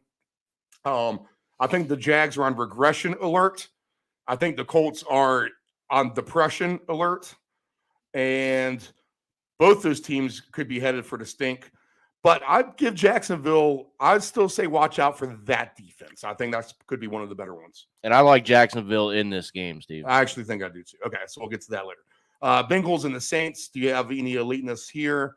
Bengals have a nice defense, but Lamar did beat them last time out. He was able to get the win there. I don't think I'm ready to put any team in any elite list or a stink list. Although the Saints are viable candidates to still go stink, I'm going to fade the Saints again today. I'll tell you that later. I think, and also on a side note here, let's put a check mark on this game as a possible alternate over. That's an interesting angle for Nephew Day. All right, so we'll get to that. All right, the Jets and the Packers. I don't think you can put anyone in any kind of category of elite yet. So Green Bay has a good defense, though. They have potential to be elite defense, I guess, but they haven't shown it. The Giants moved the ball, and the Patriots even moved the ball on them with a backup quarterback. Any of these teams check the boxes for you? No, not quite. Like you said, I think you're hitting it pretty good so far this morning, Steve. I think the Packers could be there, but like you said, the Giants, or no, they're playing the Jets. We'll see. The Jets they're showing some fight, so this might not be the runaway that people think it's going to be. Like you said, the Patriots were moving the ball on them with the backup quarterback. And then, they go and get beat by the Giants. So maybe let's not count the Jets out of that game. I think the Packers do come away with it. And we can maybe look at moving this spread. But I think this could check the box for maybe another over. I was actually thinking that angle maybe a little bit too. I heard someone say they really like the under in this, which kind of made me take a step back on that. Right. Okay, so the Patriots are at the Browns. The Patriots have a very good defense, and although Lamar put a lot on them, Lamar's going to put a lot on a lot of teams. Yeah. So maybe you throw that game out. Pay attention to the Patriots defense today. I think they are actually on alert to go on to the elite list. I don't see a survivor pool option in any case in this game. No. Vikings and Dolphins. Dolphins defense started off great. We can definitely say they have regressed since last week in the Jets, since the Jets put up 40 points on them. They host the Vikings today, a team that's supposed to have offensive prowess themselves. So the Vikings are -3 right now, 45.5. The line in Cleveland is -2.5 and 43.5 up there. No weather issues either to talk about. And we'll get the final confirmation on Ant. It's like he transports himself into the weather scenario at the actual moment in time. Yeah, he gave us good feedback. We were talking about rain and absolutely the London game, and yeah. It looked like it was a beautiful. You take a picture at wedding pictures with the family in the park type of day there in Tottenham last week. All right, Ravens at the Giants. No weather issues here. Ravens on the road -6, 45.5. I don't see. Maybe the Giants. I mean, they've won their games. They have they've held Aaron Rodgers in check. Their defense definitely can get better. Giants are an interesting team. The Ravens, they haven't shown that they can really stop anyone consistently. I'm not going to put no survivor opportunity here, no defense. San Fran at Atlanta. I think San Fran is elite defense. They are the best. Actually the best defense, at least in my eyes, in the NFL right now. And -4.5, which I think is a very cheap number at Atlanta today. That's insane. 44.5 is the over-under there. So the 49ers, survivor pick, yes. Absolutely. And if you haven't used them yet, fire. There's a good chance to. And elite defense as well. Carolina and the Rams. I think you put the Rams on survivor list as well today. -10 for the Rams, over under 41.5. The Rams survivor list, Dave. I mean, they're a good candidate. I think you could, but I tell you, they don't look, like the team that we know them as. So they do make me kind of nervous a little bit. I mean, it is the Panthers. Yeah. But still, I think you want to keep an eye on them. I think they're if you don't have somebody a little bit better, maybe look at them. But if you haven't used anybody for survivor, maybe give a couple other teams a look. And like I said, if you really don't have anything and you need a play for it, then maybe you could pick them. But they do make me kind of nervous at this point in the season anyway. I think this is a kick them while they're down scenario just for Carolina.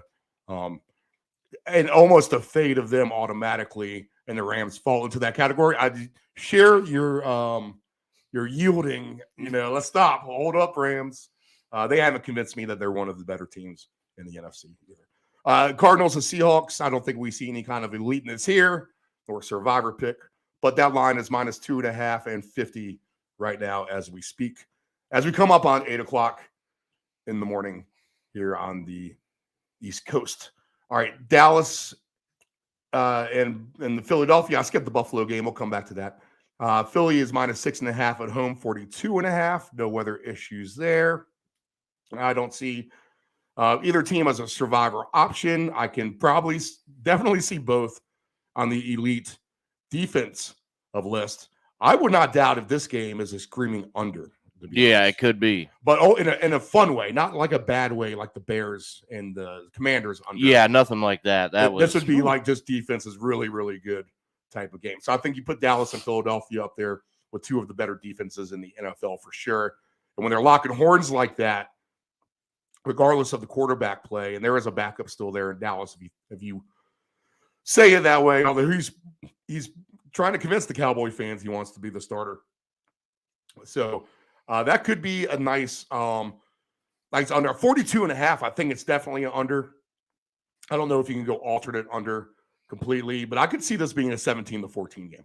I was going to say maybe watch out for 21-17. Kind of, I don't think you want to move this game if you're going to take. I think if you're going to take the under, you just kind of take it how it is, as maybe as I always talk about, filler somewhere else. You could move it a little bit, maybe to get like a plus 100 or 110 out of it. Maybe if you're really trying to squeeze it. But yeah, I could see the under. But as far as movement, I don't really know how much we can move this one. Okay, back to Kansas City and the Bills, 2.5 right now for Buffalo. So there's the favorite on the road, 53.5, the total there. The Bills have a really good defense. The Chiefs play good defense at times. I will give the Bills the benefit of the doubt with the injuries. So I'll just say that the verdict is out with their defense, but they looked pretty good last week against Pittsburgh, that's for sure. Okay. the Chargers and Broncos, no survivor, no eliteness. Nope. There. All right, we'll take a break. We'll come back and we can break down everything game by game.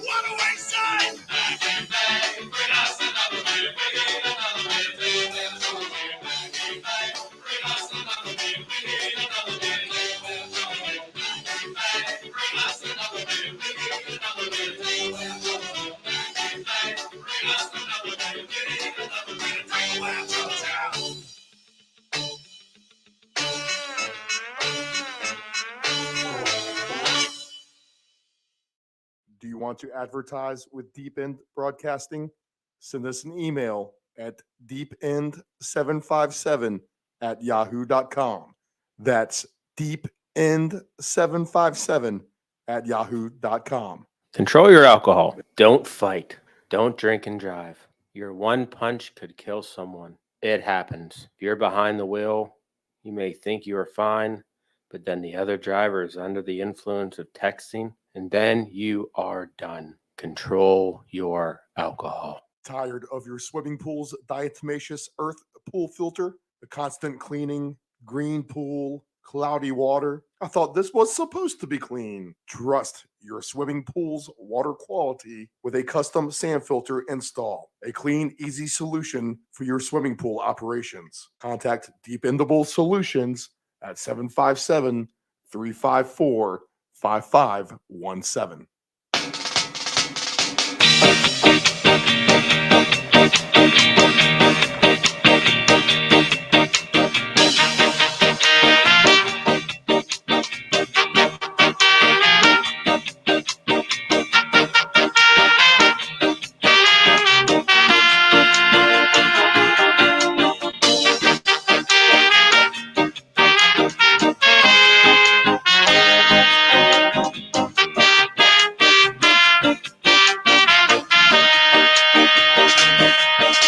You said it was a waste of time.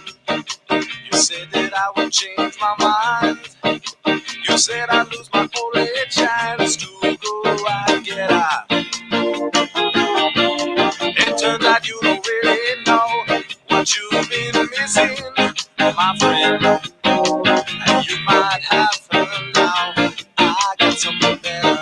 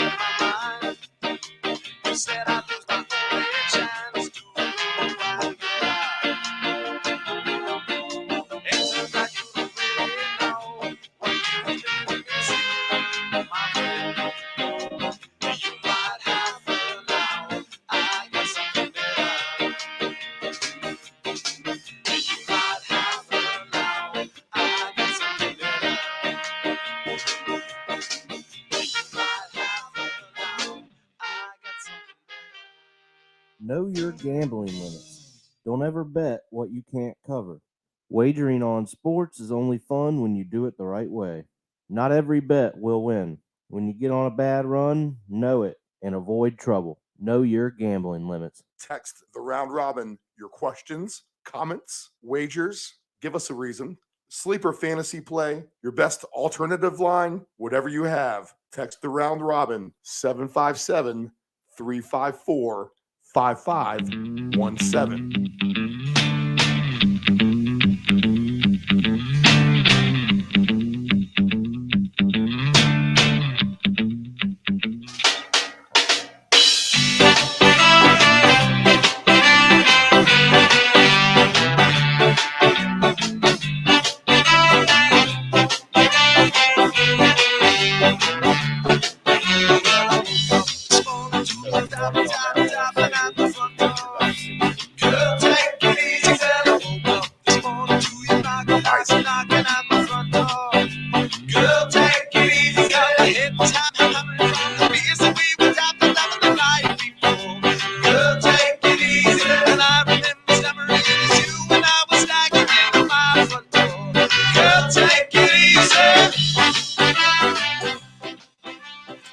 All right, we are back. Time for a deep dive look. Everything. Props, alt lines, touchdown scores, yardage. Everything top to bottom. As I play around with the studio, I got the first game. Nephew Dave in here. Dave, you finding your bets already this morning so far? Yep. I just put my first one in for the day. And as we get through the games, all those will be exposed. Our best bets at the end. Again, do your own thinking. Don't necessarily, say, hey, man, they told us to bet this. That's not what we're doing. We're taking our own responsibility into our own hands here. We expect you to do the same, but there are ways to make money and move lines around and pop some things off, and that's what we're going to try to do. Just a guideline, if you will. Okay, so the Ant-Man, he'll be creeping in here pretty soon. We've talked to him. He's getting his act together. So he will join us in a few moments. But we're going to go to the first game on our list, and that is New England at Cleveland. Cleveland -2.5, over under 43.5. The Patriots, after a rough start, are down to their third string quarterback. But many in Pat's Nation are kind of all for that. Quarterback controversy potentially brewing. Although if you look at the Patriots sites and anyone who suggests that Bailey Zappi should be the quarterback for the Patriots, they're getting shot down real fast by the rest, or by the majority of Patriots Nation, who's going to be Mac Jones backers. But Mac Jones, he was available last week. He wasn't on the injured list. The Patriots have not brought on another quarterback, so he is available today. Actually, he could even be the starter. We might get to Cleveland and see Mac Jones actually as the starter today. So maybe be aware of that. The Patriots, they are at the Browns in Cleveland. The spread is 2.5. The over-under is 43.5. I personally would like to see Bailey Zappi play. I'm going to put this wager down. I'm not going to discount Mac Jones yet. The Patriots did beat Cleveland last year by they scored 50 points on him anyway. I think it's 50-7.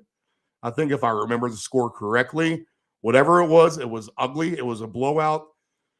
The Pats with good defense. I think this is the key to this game, Dave, to be honest. Defenses, yeah. Well, Bill Belichick, he knows Jacoby Brissett, all right? The Patriots are going to know their backup quarterback better than anyone. And whenever you have Bill Belichick in that kind of a scenario today, then it's usually bad news for the other team. It just is. If it's a coaching mismatch, like it was we talked about in the game against the Lions, that definitely showed. I mean, 26 coaching mismatch, Right, in that regard. And then today they just know the quarterback Brissett for the Browns. So where Deshaun Watson will be the Cleveland quarterback eventually, Brissett has to step in until he's available to play and come off his suspension.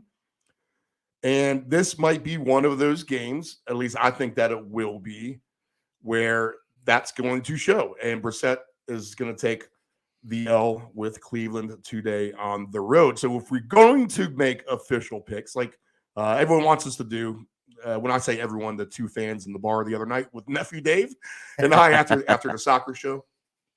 Oh, yeah, quick plugs there. Pause button. All right, soccer show. Soccer is off the air here, although there are lots of over opportunities coming up. People, go back to your feed of the Friday soccer paycheck. Soccer not the greatest yesterday. The team shut it down. Games were boring for the most part, but better games this morning. So 4 p.m. is a live feed for that, hosted by me every Friday at 4 p.m. is your soccer information. You don't have to listen to it here anymore by request by some of the diehard football fans, I will say, who can't stand soccer. I tried to explain, Dave, that I'm trying to give them action early in the morning, right. but they want none of it. All right, so the soccer show on Fridays. Nephew Dave's show, What the Puck is Going On, tomorrow night. What time tomorrow, Dave? Are you coming on?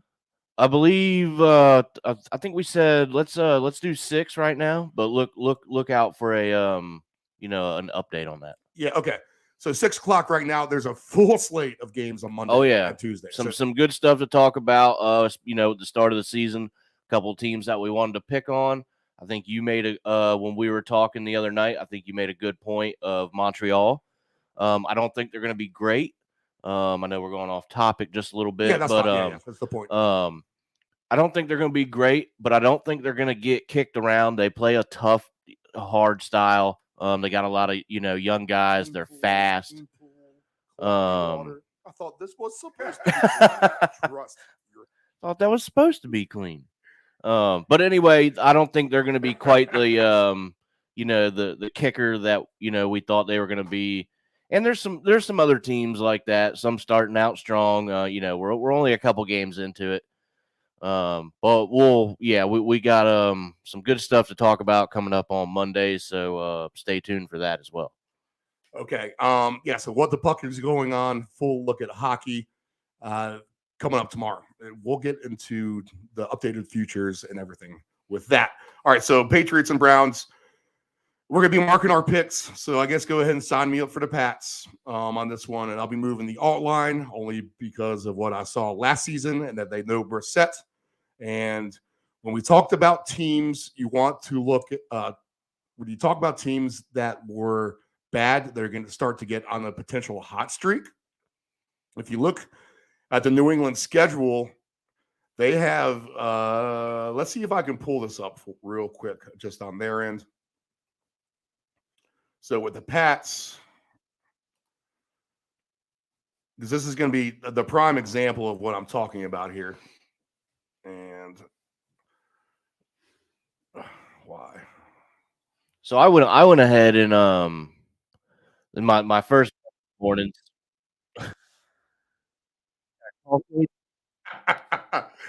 The funny thing is that when I replay that is I don't think so. This happened when I did Dave Del Grande yesterday. This is our new production studio, people. All right, so bear with us a little bit. It's kind of funny as we learn on the air, to be honest. That's what I've taught myself. But when I played back, when Dave Del Grande came back through when this happened, the audio didn't kind of come back through. So I don't know if the people necessarily, I think me and you might hear this.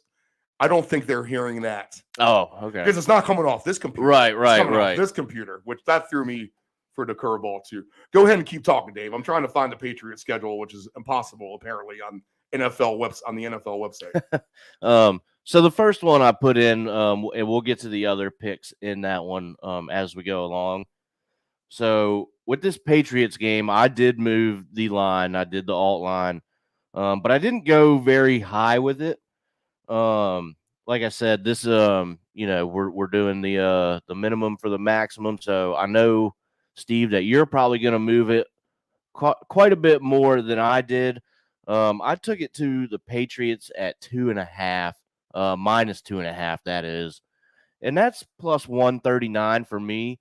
So as I keep saying, and will always say, you're going to hear me say it all the time. That one for that particular, it's a 3-leg parlay. That one was just kind of a filler at the end there. The other two, the odds are a bit higher. But I think there's value there with the Patriots, even though that's not very high, 139.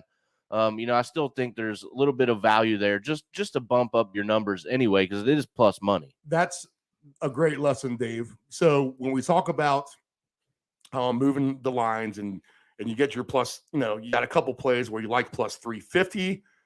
You don't, and you're not quite sure about the third play, and you don't want to force your hand into something even higher. Right. Settle for less. Dave is gonna do that a lot more than I will, but he's smarter for it, I think, to be honest.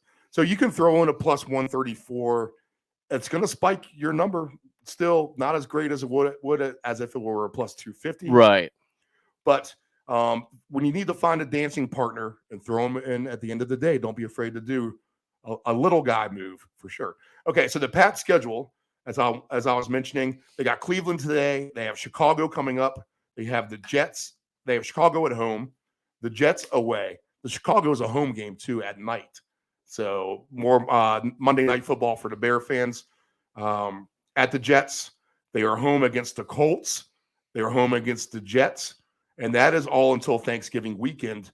But with a win today, you could actually see the Patriots getting on a 5-0 run here. There's a couple opportunities out there for them for sure. So when we talk about teams, you want to identify yourself of rising from the ashes. You're going to get some good numbers on. That could be the Pats plus 2.5 today if we're going to move the line my way.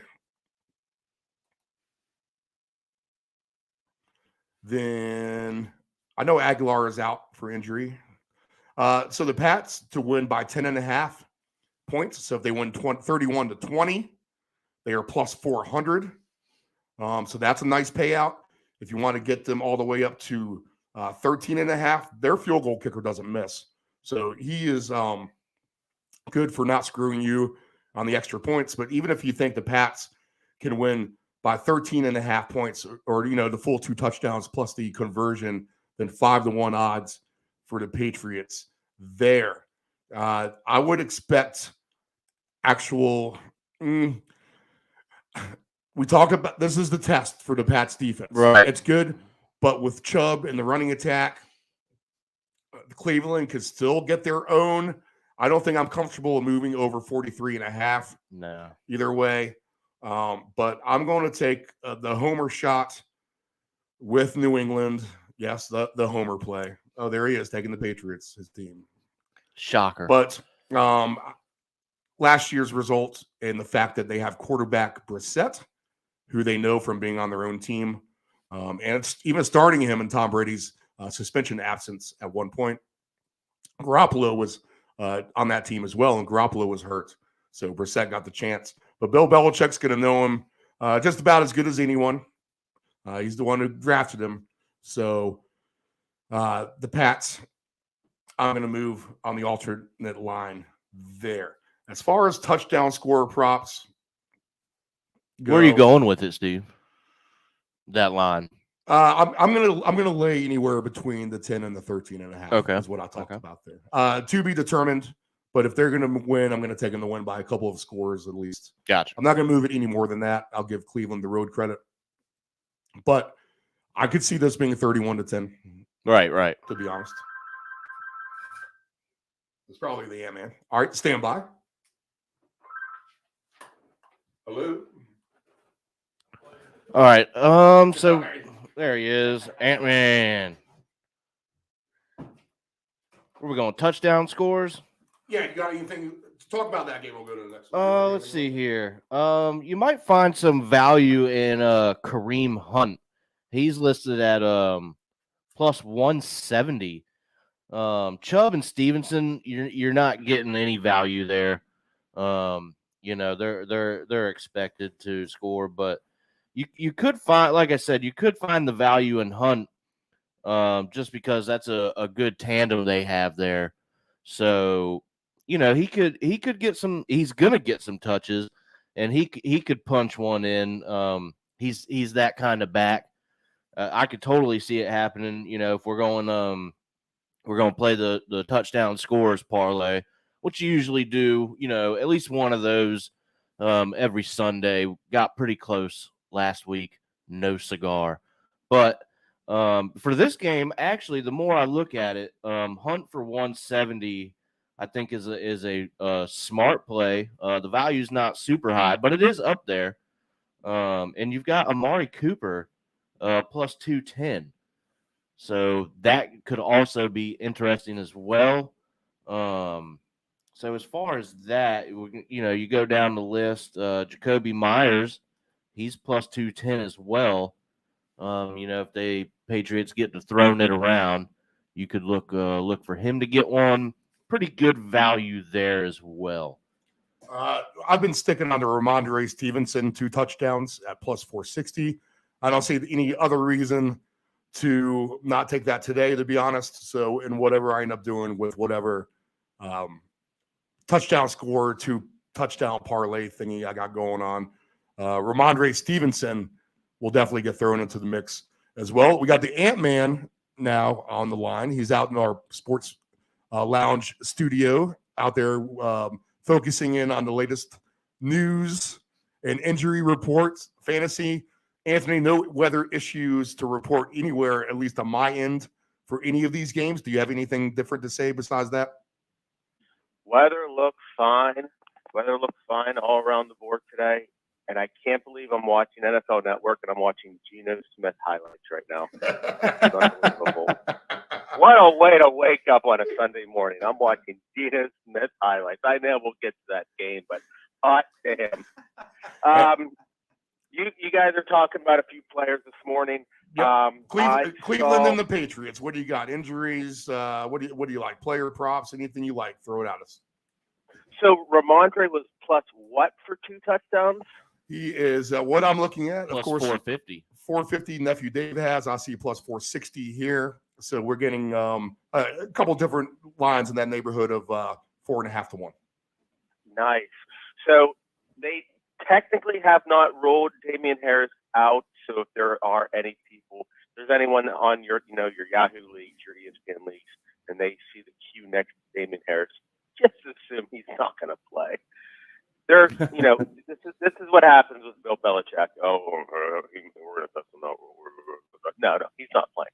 I'm just letting everyone know he still technically has the Q next to his name. So if you're in any fantasy leagues, just assume he's out. But Ramondre Stevenson, he's going to be the chalk all around. I'm sure he's in the minus just with 1 touchdown. He's going to get the bulk of all the carries. I looked at, what was it? Jacoby Myers, he is expected to play, so he's been a target hog for Bailey Zappi. Although, looks like Mac Jones is definitely nearing a return, but ride the hot hand here. For sure. And I do like the Kareem Hunt play. I know Nick Chubb is the all-around best back. He's been fantastic for any kind of fantasy prop bets, you can name it. But I could definitely see Hunt getting in. I mean, I know he did score last week. He hadn't scored since week 1. So I could see him getting into the end zone again. What's that line? I saw it at 2.5 last night. Has it changed at all? Go ahead. I was playing producer. What was that again? That line. Is it still at minus 2.5? Yes. The Pats are getting. Let me go. So I'm deep into their props right now. Looking. All right, 2.5 for Cleveland, 43.5. Gotcha. I'm going to move the line to the Patriots' favor, Ant, just because they know Brissett. I mean, Belichick against Brissett. Do you have any take on that? I have no take on it. That line does scare me a little bit, only because they are minus 2.5 still. I actually thought that the game was in Gillette, but it looks like it's in Cleveland. But doesn't look like it's anything crazy right now. It's always tricky with this New England team. I mean, you saw what they did to Detroit, but we're going to find out what this Cleveland Brown team is really made of this afternoon. So this is going to be an interesting game. I'm actually really excited to watch this thing. Okay.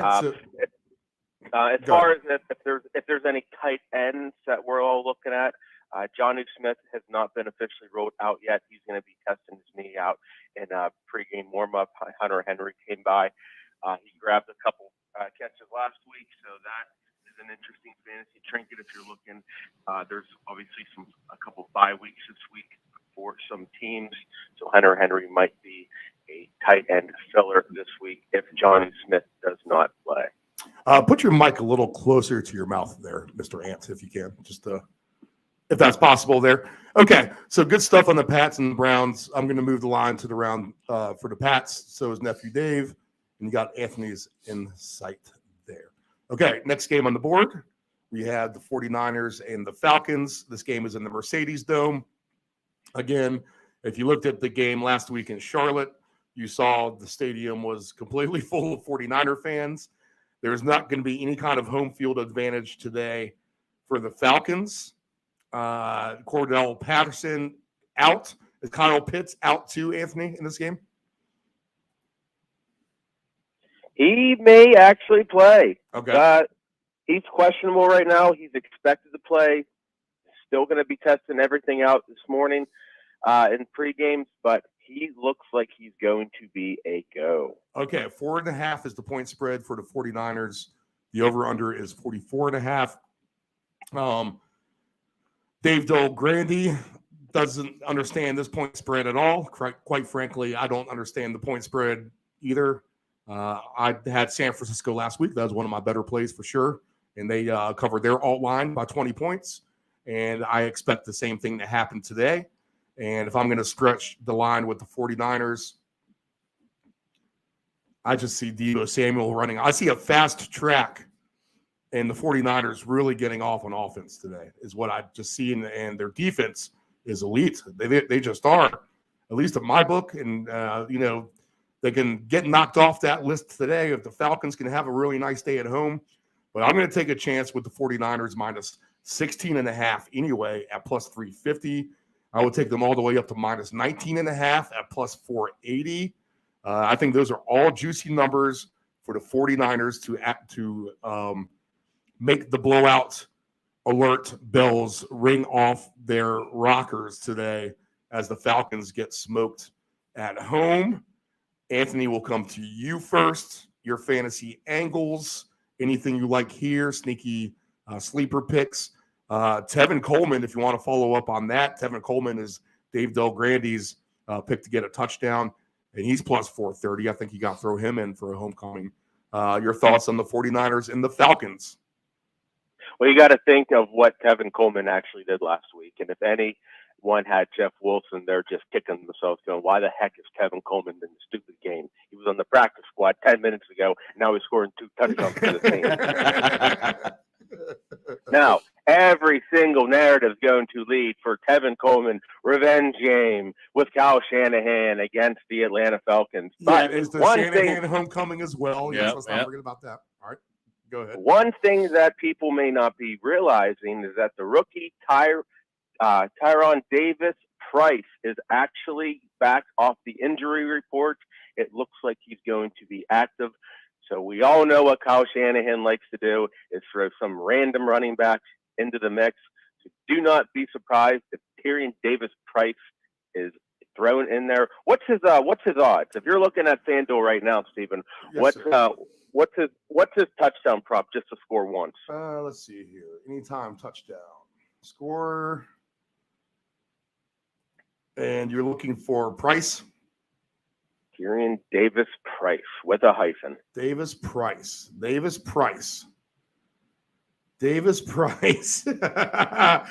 Well, Anthony, he might be on everyone's very long. He's not even on the list. How about that? Wow.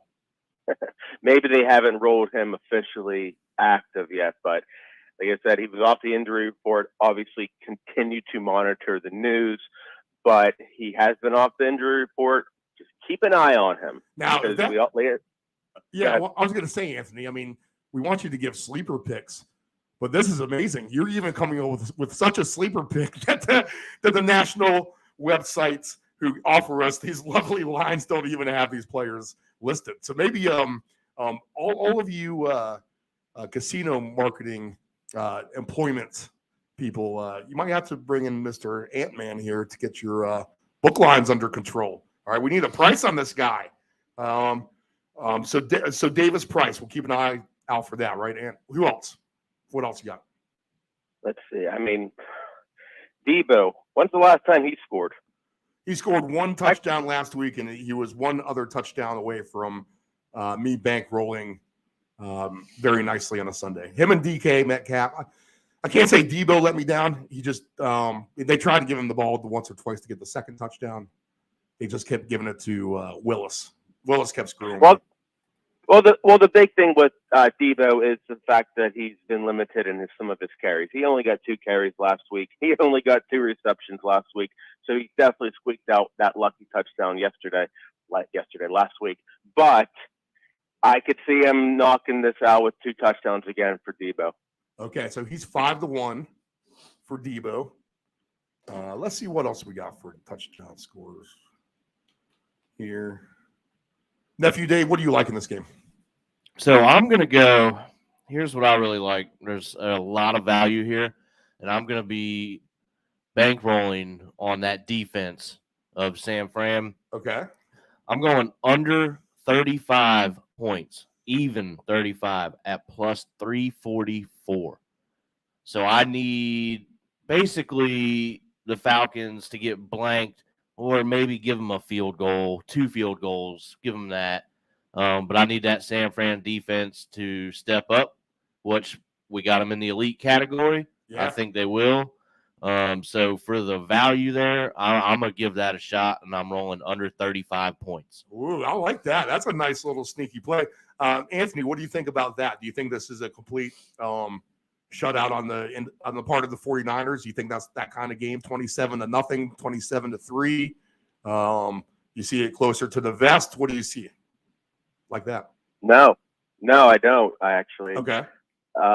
We're in week 6. Atlanta's 5-0 against the spread. Yep. The fact that line was 5.5, or it was 6.5 on Monday, and yesterday it was 5.5.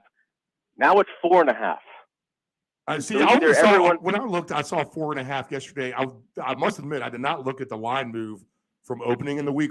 Yeah, I could have seen the Niners a higher point spread for sure. You would think. Wow. Okay, all right. So the money, all the smart money has come down to Atlanta. Okay, so you expect a closer game then? It's not that I expect a closer game because I think Atlanta's good. I just think it's going to be a closer game because San Fran's probably going to get out to a big lead and Atlanta's going to somehow muster some stupid touchdown. I wouldn't even be surprised if Atlanta gets some stupid pick six, similar to when they played the Rams. Because we all remember a couple weeks ago when the Rams were just demolishing the Falcons, and somehow the final score ends up being 31-27. Oh, yeah. I thought I was on my way to victory for sure on that one. I'm actually, a lot of folks were like, oh, you should be taking San Fran's an easy survivor pick. I do not want to suffer today. I just know that somehow, some way, some goofball from the Falcons is going to score. We're not going to know his name, and somehow this game's going to end up being like 19-15. It'd be a weird game. Nephew Dave would take that score all day. Yep, I'll take it. Okay, so Nephew Dave, he's going to like the super under in this game. I like the 49ers and the walk. I just can't give the 49ers. I can't.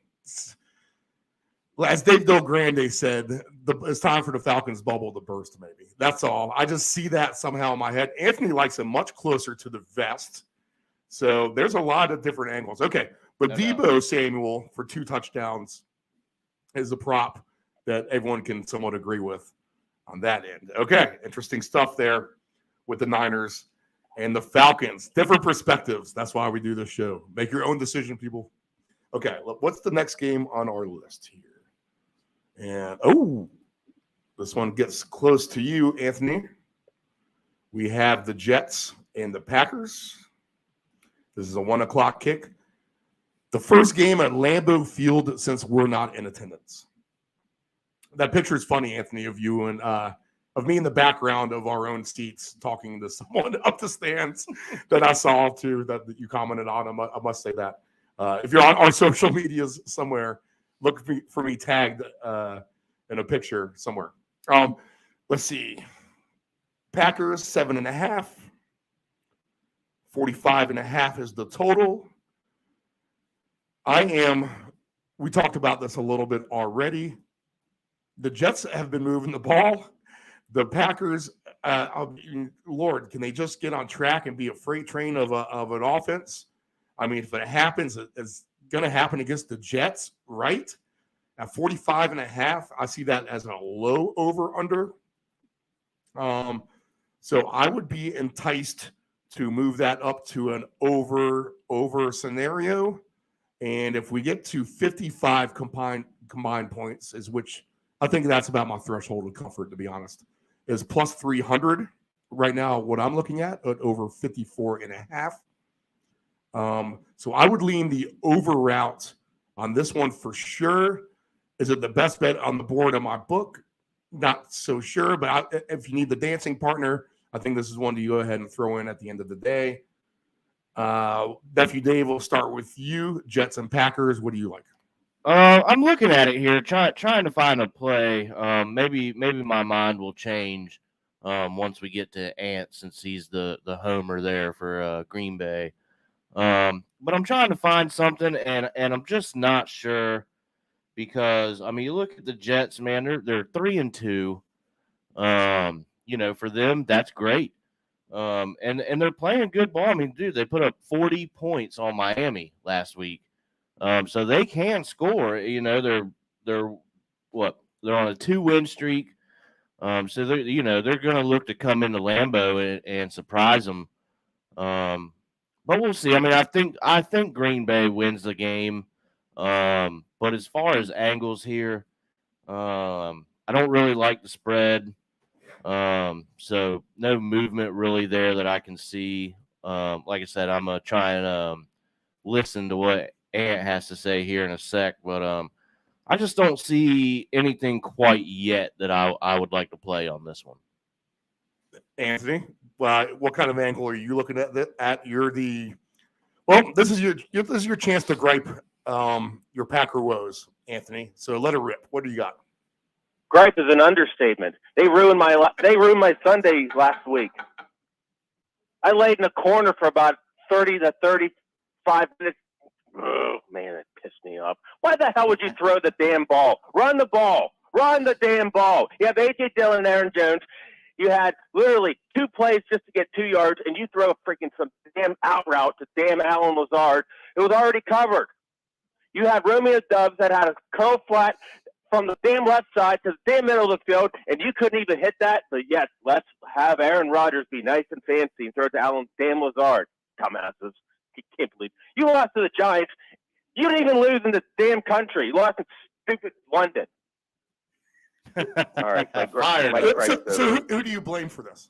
If you're going to point fingers, and this is very upsetting to you, is this on the quarterback? Is this on the coach? Who do you want to take in back behind the shed and have a serious talk with them, like they're a teenage kid who just got busted spray painting the high school? Well, if you remember what LaFleur did a couple years ago against Tampa, they didn't go for it. They decided to kick the field goal. I'm going to go with Aaron Rodgers on this. Why the heck is he even doing this? He's the smartest player on the field. He saw the route. He even looked at him, but instead he still decided to throw it to Lazard. And it wasn't even a good pass. Obviously, it got deflected at the defensive line. But that was a bad play, bad call, bad everywhere. Just going to throw it under the bridge, wipe it down. We're moving on to Green Bay. Okay, fantasy angles then, or injuries. What do you got in that regard? Well, Christian Watson's out. That's really the only injury that Green Bay has right now. Running backs are fine. I'm looking for a bounce back from Doubs today. Rodgers targeted him quite a bit last week. So I could definitely see Doubs coming in. Randall Cobb did quite well. I think he caught like 8 or 9 balls last week. So, hey, the security blanket, Randall Cobb, I know he's aging, but Rodgers still looks at him. They just need to find an actual game plan. I'm intrigued on this game quite a bit because we saw what the Jets did against Miami last week. I'm loving everyone on this Jets team right now, actually. Breece Hall is just planting himself as an absolute stud. His connection with Garrett Wilson is coming along. Corey Davis, even Elijah Moore. So this could be a sneaky shootout game. What was it, 45? So if you guys are going to be moving that game up a little bit, I mean, we all know what Green Bay does. They destroy you in the first quarter. They let up a little bit in the second quarter, but then they get that random touchdown. And then the third quarter, somehow the stupid game's tied. Breece Hall, 12-1 for 2 touchdowns today. Aaron Jones is 5-1. A.J. Dillon is 10-1. Lazard is 12-1. If you think Randall Cobb is the play there, 18-1. Romeo Doubs, 13-1. Michael Carter, 22-1. Breece Hall, really, yeah, he is a nice player. He is on very, very nice player alert. He could be a superstar in this league. But if I'm looking at it, anytime touchdown score just to get one, if I'm doing a multi-game anytime touchdown score, boys, I think I like the Randall Cobb angle at plus 240 just for one touchdown. for the reasons you mentioned, and that's why we do this show, Anthony. I think you might have just talked me into something. So plus 240 Randall Cobb, anytime touchdown score. You could get on board with that all day, right? Oh, 100%. All right, so we're all thinking over. So if we look at some receiving yards, just in that aspect right there. Yeah, I was going to ask Ant, how many receiving yards for Cobb today? His over-under is 38.5. 38.5. So if we look at what Cobb did last week, let me actually pull up the. And he's for 60-plus yards, while you're looking that up, he's plus 250. If you think he can get to 70 yards, you can get paid plus 390 on Randall Cobb, 70-plus yards receiving today. This could be the pissed off Aaron Rodgers that we have always been expecting. Typically, when he loses a quite embarrassing game like they did last week, Rodgers kind of puts his helmet on saying, F the coaches, F you guys, F everything. I'm going to throw the ball down the field, and Cobb could be a big beneficiary from it. Frankly, I think everyone could be. You said Cobb's at what, 38? Yeah, 38.5 is his over-under just for reception yards. Well, we got 99 last week, if that says anything. Oh, okay. That's good. So at plus 390 for over 70, that might be something to look at. Yeah, there you go. Okay, interesting. We're going to have some now this is all stuff you can round robin, people. You can put this prop with another prop, like some of these games we're talking, like Ramondre Stevenson. We like him for 2 touchdowns already, so kind of keep note for that. If it's going to be a low-scoring game, like Anthony and nephew Dave said, although we do like Debo for 2, it's going to be a low-scoring game. You don't want to bet 2 touchdown scores at the end of the day. So you want to put those in games that have the potential to put up a lot of points. Just philosophy overall. So keep that in mind. Okay, so let's get to the next game on our list. And it is our first rematch of the season. The Jaguars are at the Colts, 1 o'clock Eastern Standard Time. And boys, in the first segment, when I looked at the standings, I've never seen this before in football. You see it in every other sport, but every team in the AFC South is separated by half of a game. Wow. From top and to bottom, from half game, now all different half games. So half game between first and second, half game between second and third, half game between third and fourth. Have you ever seen that in football, Anthony? No, it's so tight. I can't believe it. Jacksonville. Thank God this matchup is over with. Because I'm sick and tired of watching Indianapolis get steamrolled by Jacksonville again. Well, we all know who the comedian of the show is. It's Anthony. He's the only one making us laugh here. That is funny. You're so right about that. Yep. We won't have to worry about forcing this off the TVs. We'll have better options to put on our 5 TVs, as this is going to be an automatic no-go for this one, I think, on the 5 TVs available today. Jacksonville plus 1.5 on the road at the Colts, over under 41. If I'm looking at this, I mean, I'm just going to be the Colts hater of all Colts haters. That's the Homer Patriot in me. Maybe the highlight of my trip to Wisconsin and Green Bay was actually being in an Indiana gas station and having someone yell "Go Patriots" across the parking lot to me at the roadside there in Indiana. So I'm going to look for the Jags. If I get frisky, I may move the line on the Jags, but they haven't proven they can do that or cover. They only scored the 6 points last week against the Texans, which the Texans were my play on the alt line, Right. people, and that was. You would think that if Indianapolis scores just 6 points, then whatever I'm laying with the Texans is going to cover, but they could only cover 6.5 as they only got 13 points total themselves. I was laying more like, I think 8.5 or 9.5. So I just needed a field goal, and they couldn't get that done.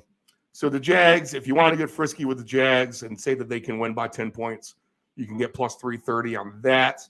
If you think it could be a smoke job, like it was last time, they shut out the Colts 24-0. Then you can get paid plus 870 on the road in Indianapolis. No Hines, no Jonathan Taylor, I believe.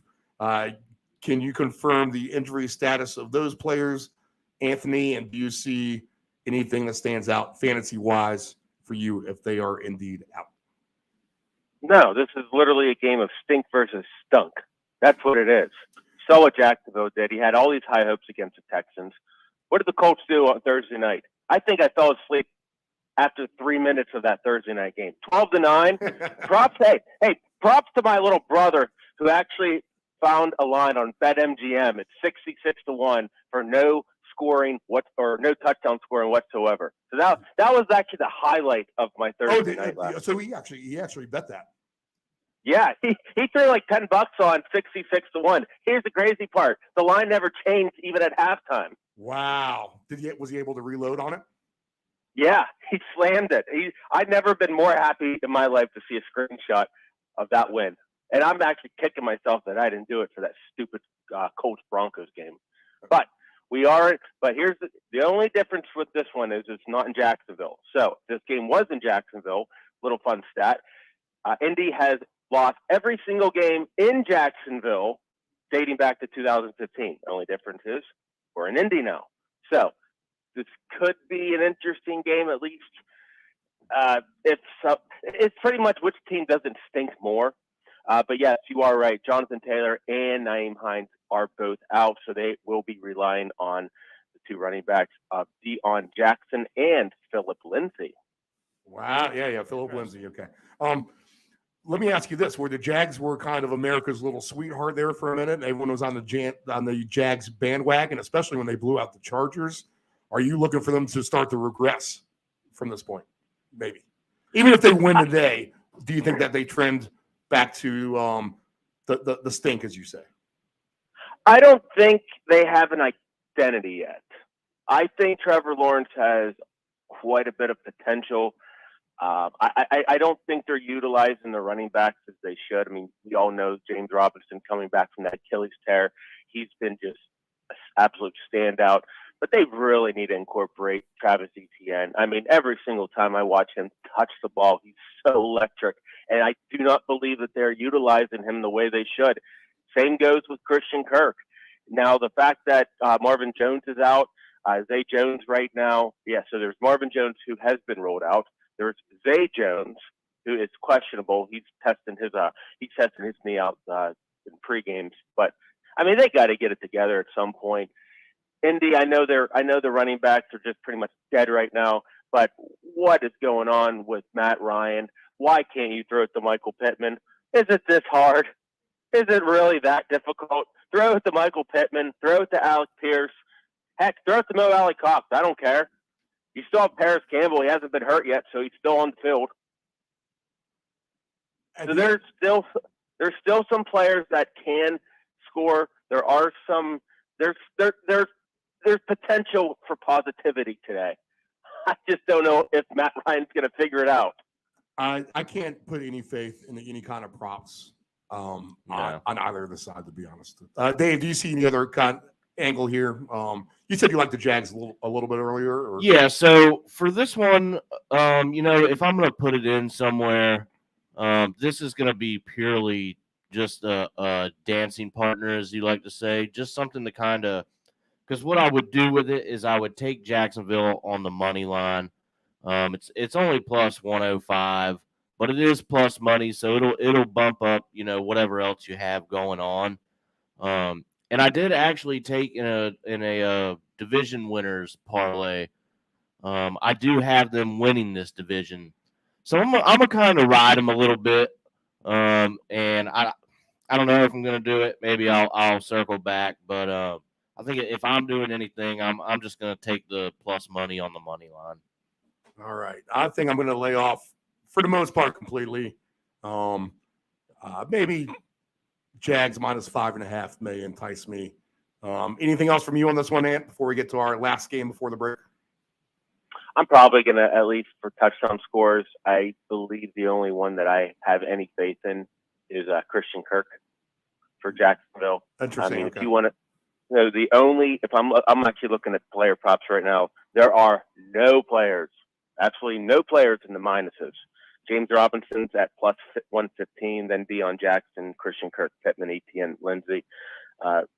Kirk is the only one I have any remote of faith in to score for in this game for Jacksonville. He's had a nice season, and if you want to, have something random prop wise with Kirk, 12-1 for 2 touchdowns. You may be able to talk me into that one just because he has had a good season. If there's a comeback player of the year award, which there is, I guess he qualifies maybe because he was hurt, right, last year for the most part. Maybe. How much time did he miss last year? Do you remember, Anthony? Who? Kirk? Yeah. He was banged up in Arizona for a couple weeks, but I mean, he's their de facto number one receiver, and then another reason why he's not. Another reason why he's actually in the plus money is because he only caught 1 ball last week. He had 3 targets. He had 1 catch for 11 yards. And even the week before that at Philly, 2 receptions for 60 yards. So he has the potential because if you look, that was just the past 2 weeks. First week, 6 catches, 117 yards. 6 catches, 78 yards and 2 touchdowns. 6 catches, 72 yards and a touchdown. So I think Jacksonville just had a little bit of a spot where they didn't know what they were doing. Hopefully this could be a bounce back game for Jacksonville.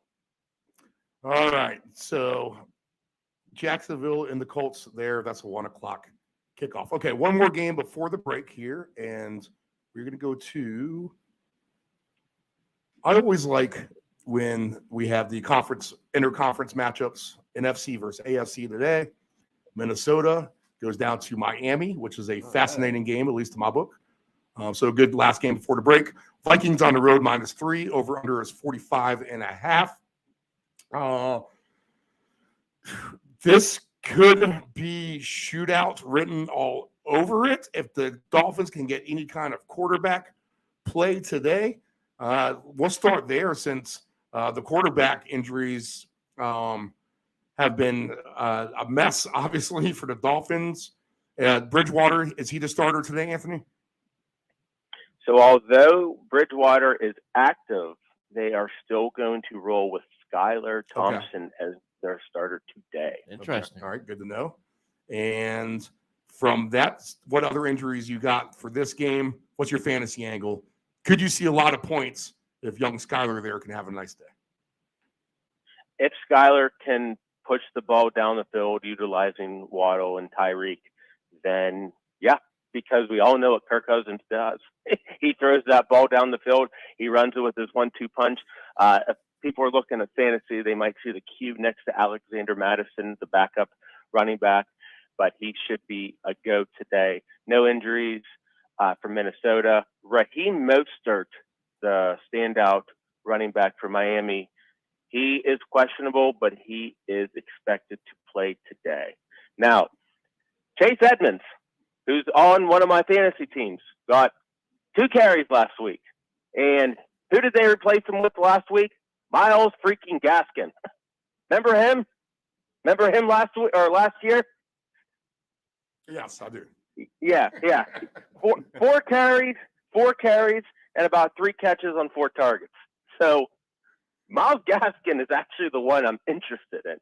Wow. Unless they decide to go back to the grain, go back with the Raheem Mostert, Chase Edmonds. It really all depends on how injured Mostert is. We've all seen what he has been doing in San Francisco. He always gets hurt. It's just a matter of not if, but when. Would you So put looks like he's still playing? Would you put $10 on Myles Gaskin for 2 touchdowns at 47-1? How about $5? Okay. That was actually going to be my initial question. I was wondering if 10 would be too much of a. So that and the way I answered it there is not that I don't think it'll happen, but I think it'll happen, but I'm only going to put maybe $5 for it.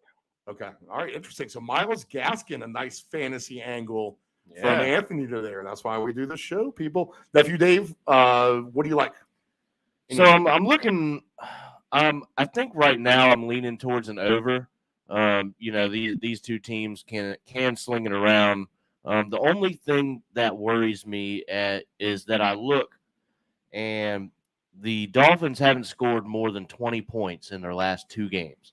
15 and 17 in the last 2 weeks is what they've scored. So that makes me kind of nervous, because of the quarterback situation. Are they going to get their points to help, hit that over?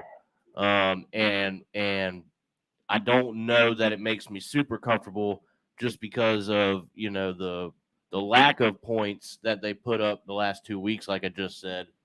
I feel like, they can put up more points and they feel like they can put up more points than that. So I'm gonna take a look at it. I'm maybe leaning towards an alternate over, but I don't think I would go up very high with it. Now, the Vikings are a team I've been playing on the alternate line. I've been taking them on the alt line. That worked out week 1 against Green Bay, and it hasn't worked out since. So immediately they've just been kind of off the map in my head. But the Vikings at minus 13.5 at plus 320, I might have to take a risk at that. Oh, man. I mean, it's just the obvious elephant in the room. It's Kirk Cousins. Right. That just, as Anthony says, this guy does nothing but let you down when the stakes are the highest or in a night game. Yes, I do know. I have had experience with Kirk Cousins in the past. So it's moved the Vikings line for me or nothing. Let's see. Jefferson is on a tear. He destroyed the Bears secondary. If you watched that was an absolute clinic on his part. And it was almost shocking how they didn't blow out the Bears because they let Cousins let him right back in it. But Jefferson to have 2 touchdowns today is 6-1 odds. I think I'm on board with that. No matter what, I think that's the best bet on the board for this game for anything. To be honest, is I'm going to put my eggs in the basket of Justin Jefferson just because he had the yardage last week and he did not get into the end zone, which he should have. I think I needed him twice. Well, I think he had at least 1 touchdown called back too. Didn't he? He did, yeah. Or overturned early in that game too. It was overturned by the refs or something like that. Jefferson at 6-1, 2 touchdowns. Ant, I could get you on board with that, right? Oh, 100%. Look, he caught 12 balls for 154 yards. One of the catches was called back, and he also got tackled, I think it's a 3, and that's where Dalvin Cook scored a second touchdown. So it was a 1 call, 1 rolling, 2 short, and Jefferson could have been in the end zone. 6-1, that's ridiculous. Yeah, so and Justin Jefferson is a player that we've won already so far this year on the prop with the 2 touchdowns. So we're going to go ahead and we will insert him again. Quick break coming up. When you hear the music, boys, that means we're out of here. Anthony, what do you think real quick? We only have 3-4 o'clock games again. Does that piss you off? Let me ask you straight up. It does, but if it wasn't for the Chiefs playing the Bills, then I'd be pissed. Well, last week we had 3 games, and it was not the Chiefs playing the Bills. Literally, the Cardinals and the Eagles was the premier game for us. I don't know. Steve, let me ask you a question. You were sitting on one end of the couch, and I was on the other side of the couch. At what point did you look at me, and how often was I passed out, just falling asleep because I was bored out of my freaking mind? That answers that for sure. Okay, the rest of the slate coming up in our last segment.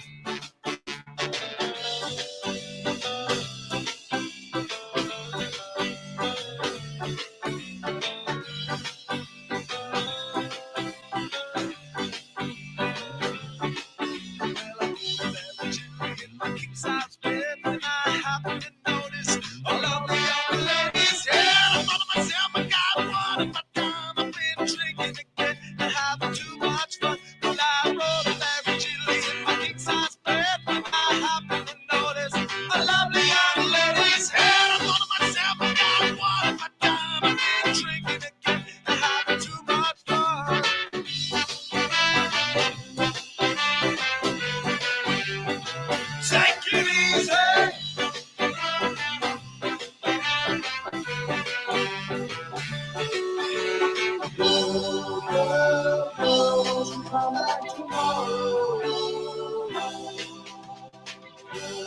Girl, won't you come back tomorrow?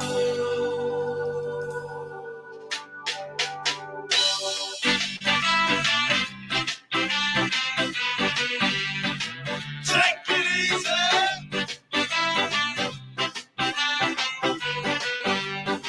Take it easy. Take it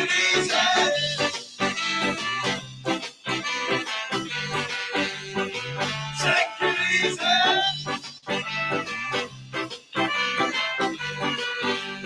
Take it easy. Take it easy.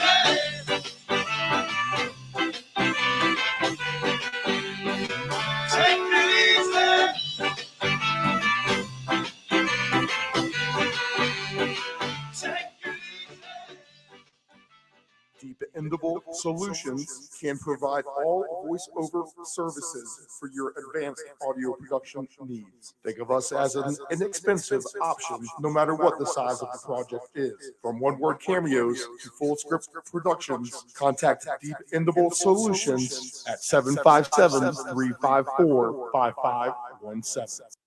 Do you want to advertise with Deep End Broadcasting? Send us an email at deepend757@yahoo.com. That's deepend757@yahoo.com. It is estimated that 23% of car accidents each year involve a cell phone. That's 1.3 million accidents a year. Reaching for your phone, you are 4 times more likely to crash. Dialing on your phone, 2.8 times more likely to crash.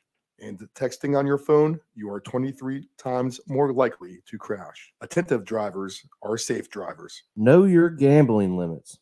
Don't ever bet what you can't cover. Wagering on sports is only fun when you do it the right way. Not every bet will win. When you get on a bad run, know it and avoid trouble. Know your gambling limits. Control your alcohol. Don't fight. Don't drink and drive. Your one punch could kill someone. It happens. If you're behind the wheel, you may think you are fine, but then the other driver is under the influence of texting, and then you are done. Control your alcohol. Tired of your swimming pool's diatomaceous earth pool filter? The constant cleaning, green pool, cloudy water? I thought this was supposed to be clean. Trust your swimming pool's water quality with a custom sand filter install. A clean, easy solution for your swimming pool operations. Contact Dependable Solutions at 757-354-5517.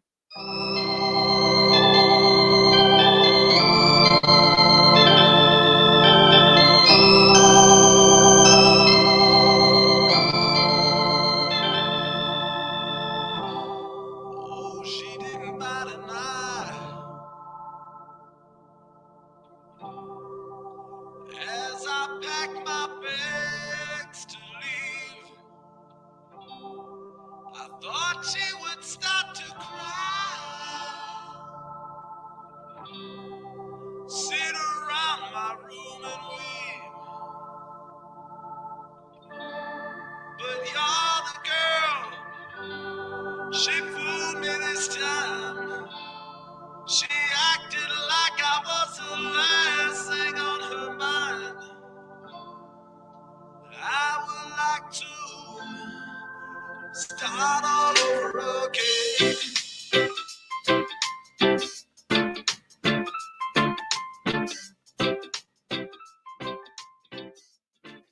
All right, we are back. It is just after 9 o'clock Eastern Standard Time here in Virginia Beach, Virginia, from our Chicks Beach studios. Stephen Murray, your host, Nephew Dave, sitting next to me. Ant-Man on the phone inside of our lounge in the sporting area, and he is catching up on everything injury-wise. Anything up to date, Anthony? If you have a breaking news, let me know. And as we advance our studios, notice that our graphics will get better and stuff like that. We got some basic stuff today that you saw. More to come in that regard as we learn, but we learned a good of a lot this week, boys. Indeed, So getting indeed. better by the day, hopefully. More professional. Baby steps in this world of 2022, building your own studio. Okay. New game on deck for us. Let's get to it. We have Cincinnati, the Bengals. They are down in New Orleans. And let me flip to that game, as I've been playing around in the studio and not ready to talk lines. Okay, so the Bengals are -3. This is 43.5. Here's my take on this so far. I've been fading the Saints. I've been correct in that regard. I don't know if you told me Seattle would have put the amount of points that they did up last week. I would have thought that they would have won Right. a lot, like the Houston and Jacksonville game. I thought I would have won that line move as well. I wish they would offer us alternate team totals, because Yeah, that would that be, would be nice. because that would be like they do with the soccer goal totals. Because in fact, I'm going to request that to my VIP lady. I think. There you go. Because alternate team totals, I think you could find lots of good opportunity. Like a team like Seattle already, you could have been making a fortune, whether they win or lose, to be honest. So last week, the Saints, in my effort to fade them, I come up short because Seattle's defense is terrible. The Bengals are 3 on the road. Over under is 43.5. Boys, I think the Bengals get to 500 today. And I'm going to continue to fade the Saints.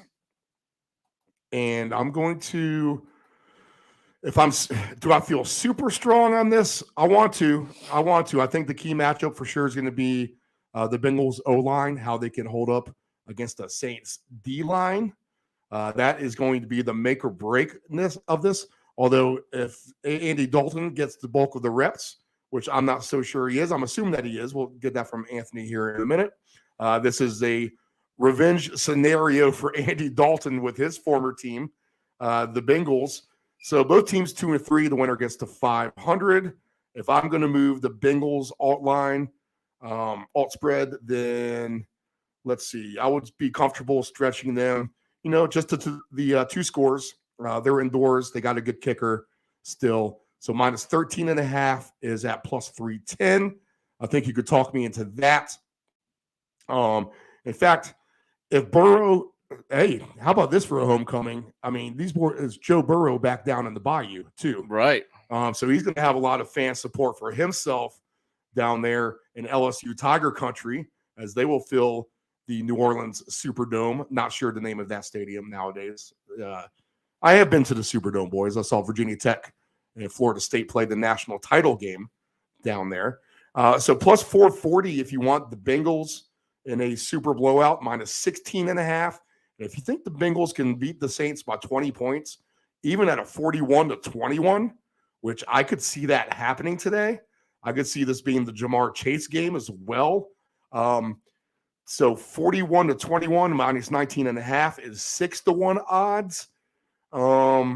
If I'm going to say that blowouts happen in sports all the time, you got to take a chance on some of them. I think this is one actually worth taking a chance on. It's moved the Bengals line for me. And honestly, if I say 41-21, then I should be able to move that up from over under 43.5 pretty comfortably as well. So I think the over is actually in play, maybe as an insurance policy to that -19.5. So even over 54.5. Let's see, over 53.5 is at +330. I could be talking to that, I believe, as well. What do you got for injuries in this, particularly quarterback? That's going to be Andy Dalton. I'm going to assume, Anthony, go ahead and give me the injuries for this one. Looks like Andy Dalton will be starting in the revenge game against the Cincinnati Bengals. And you asked about it. They are called the Caesars Superdome. So let's just call it. Yeah, there you go. Yeah. Very nice. Very nice. Okay. All right. So just plain and simple, do you see this as a big potential fantasy day for the Bengals? I mean, I'm all about Chase today. And it sucks because I'm going against him in fantasy. But you saw what Chase is capable of doing. You remember what Burrow did in the Superdome a couple years ago when they were the LSU Tigers. Burrow to Chase. And fun fact, the game ended 42-25 in that win against Clemson. So not saying I'm going to make that a correct score or anything. Why not? We'll see. But you saw what Burrow and Chase did. It's their return to the Superdome. Andy Dalton against his old team. Quite a bit of narratives here. How about this one? I think this is going to be worth a shot. We haven't seen too many NFL quarterbacks throw for big yardage yet on the season, but just for the homecoming angle alone, to get plus 880 on Joe Burrow to get over 350 yards passing, that might be something I'm going to have to throw into a parlay as well. So Joe Burrow, in fact, I'm going to go ahead and, if we're doing official locks, I should be writing these down for the review, huh, Dave? Right. Plus 350 at plus 880. I'm going to take a shot on that. Anthony, you like that? Can I almost 10-1 odds? Can I sell you on that for Joe Burrow plus 350? The only thing that worries me is that T. Higgins may or may not play. That is my only concern. Now, does that mean that other players cannot step up? Of course not. But Tyler Boyd, Hayden Hurst could throw it to Joe Mixon out of the backfield. P. Ryan Evans. So I still think that he can get it done, and that's another reason why his odds are probably that crazy. I think once they're dropping live as we speak. What does that tell you about the power of our airwaves? It just went from plus 880 to plus 850 right now in front of me. Go ahead. Well, I'm wondering if that has. Well, how about this? You're doing a great job, Steve. But I also think that they're monitoring that T. Higgins status right now. But you know what? Like I said, you're doing a great job. So Joe Burrow at 300 plus yards is at plus 280, and at plus 325 plus yards, he's at plus 490. Interesting to say these stats with the plus at the end and have to start with another plus. Not many times in life, besides the gambling shows, you have to say plus next to it. Okay, so Jamar Chase 2 touchdowns is at 6-1. You can get me on board with that. Let's look at his alternate passing yards as well, or receiving yards, because we might find a good angle with him. Jamar Chase over under is just 82 yards straight up. So his payouts for alternate receiving over, he's going to have to get pretty high to get something really good. If you think he can get to 150 yards, that's plus 680. Just 110 yards is plus 230. I think you could get me sold on that as a smaller anytime play across the board. Jamar Chase, 125 plus yards at plus 350. Nephew Dave, what do you see in this game? Well, at the beginning, when we first started talking about it, I was looking at the over. I was going to move it up a little bit, and I still might, still kind of thinking about it. But I am entering into my card, building a card as we go. So building a card right now, I'm going to go Jamar Chase anytime. Not super high value. They're thinking he's going to score. I'm thinking he's going to score. I think we're all thinking that. So it's only at plus 105, but there are going to be some other things to come for that. So that's just kind of a bump up there because I think it'll happen. So just something that I think will help. It's plus money, and I'm going to add some bigger value stuff to that down the line. And, be sure to shop around a little bit, people, because minus 105 is the number I'm looking at. So where Dave is getting a plus number back, I'm getting a small loss in whatever I'm going to bring back in if Jamar Chase just scores 1 touchdown. So shop around to get your best number, knowing in mind you're going to blow their spread apart anyway, right, with how you want to move it. So I'm going to lay Bengals big on the spread. I'm going to go big on the over, as well as an insurance policy. I'm going to play some props, Burrow passing yards, extreme over, and I think I'm going to stick just, I'm going to throw Jamar Chase in my 2 touchdown play that I'll do as well. Any other fantasy stuff from you, Ant? As far as, well, we've already covered all the folks on Cincinnati. Like I said, monitor T. Higgins, but New Orleans. Yeah, get to their interesting point. Let's talk about them. Olave he's not going to be out, so there's no wide receivers, maybe even on this field today, correct? No, they've already ruled Landry out. They've ruled Michael Thomas out. Olave hasn't been officially ruled out, but it's trending that he will not be playing, which means who the heck is New Orleans going to throw that ball to? Yeah, and I like the Bengals more and more in this game every time we think absolutely. about it. Now I'm thinking of under maybe. And here's where it gets even stranger. So you still have Marquez Callaway, Traquan Smith, but here's where I am just confused because you remember what? Remember that one guy? He kind of scored 3 touchdowns, and I think he threw one too. He's not even a tight end. I don't even know if he's a quarterback, but his name is Taysom Hill. And he ruins everyone's Yeah, that's day. what I was going to say. If there's one, that's kind of what I was relying on the over is Taysom Hill kind of throwing a wrench into things. Right. Cincinnati-wise. I hate this. I wish we were on to that from the very beginning, Anthony. You know what I'm saying? So, well, for someone who's in quite a few leagues, Taysom Hill has been the most picked up tight end. He is a tight end in the fantasy landscape. Dude got 35 points in fantasy alone, and he's been the most added player in one of the leagues out of a $200 fab budget. Someone actually spent $70 on him. I'm not sure if that was maybe the smartest move, but in a depleted Saints offense, Taysom Hill is interesting.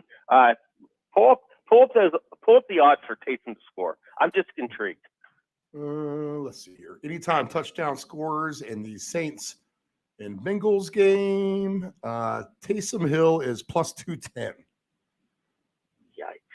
So here's the thing, and temper expectations. You got to hit a home run with Hill. He's either going to do what he did last week or he's going to get 2 carries for 5 yards, and that's it. It could be the Andy Dalton show, like I said, revenge game narrative against his old team in the Superdome. So, I mean, even Alvin Kamara, he did fantastic last week. He just didn't get in the end zone because of stupid Taysom Hill.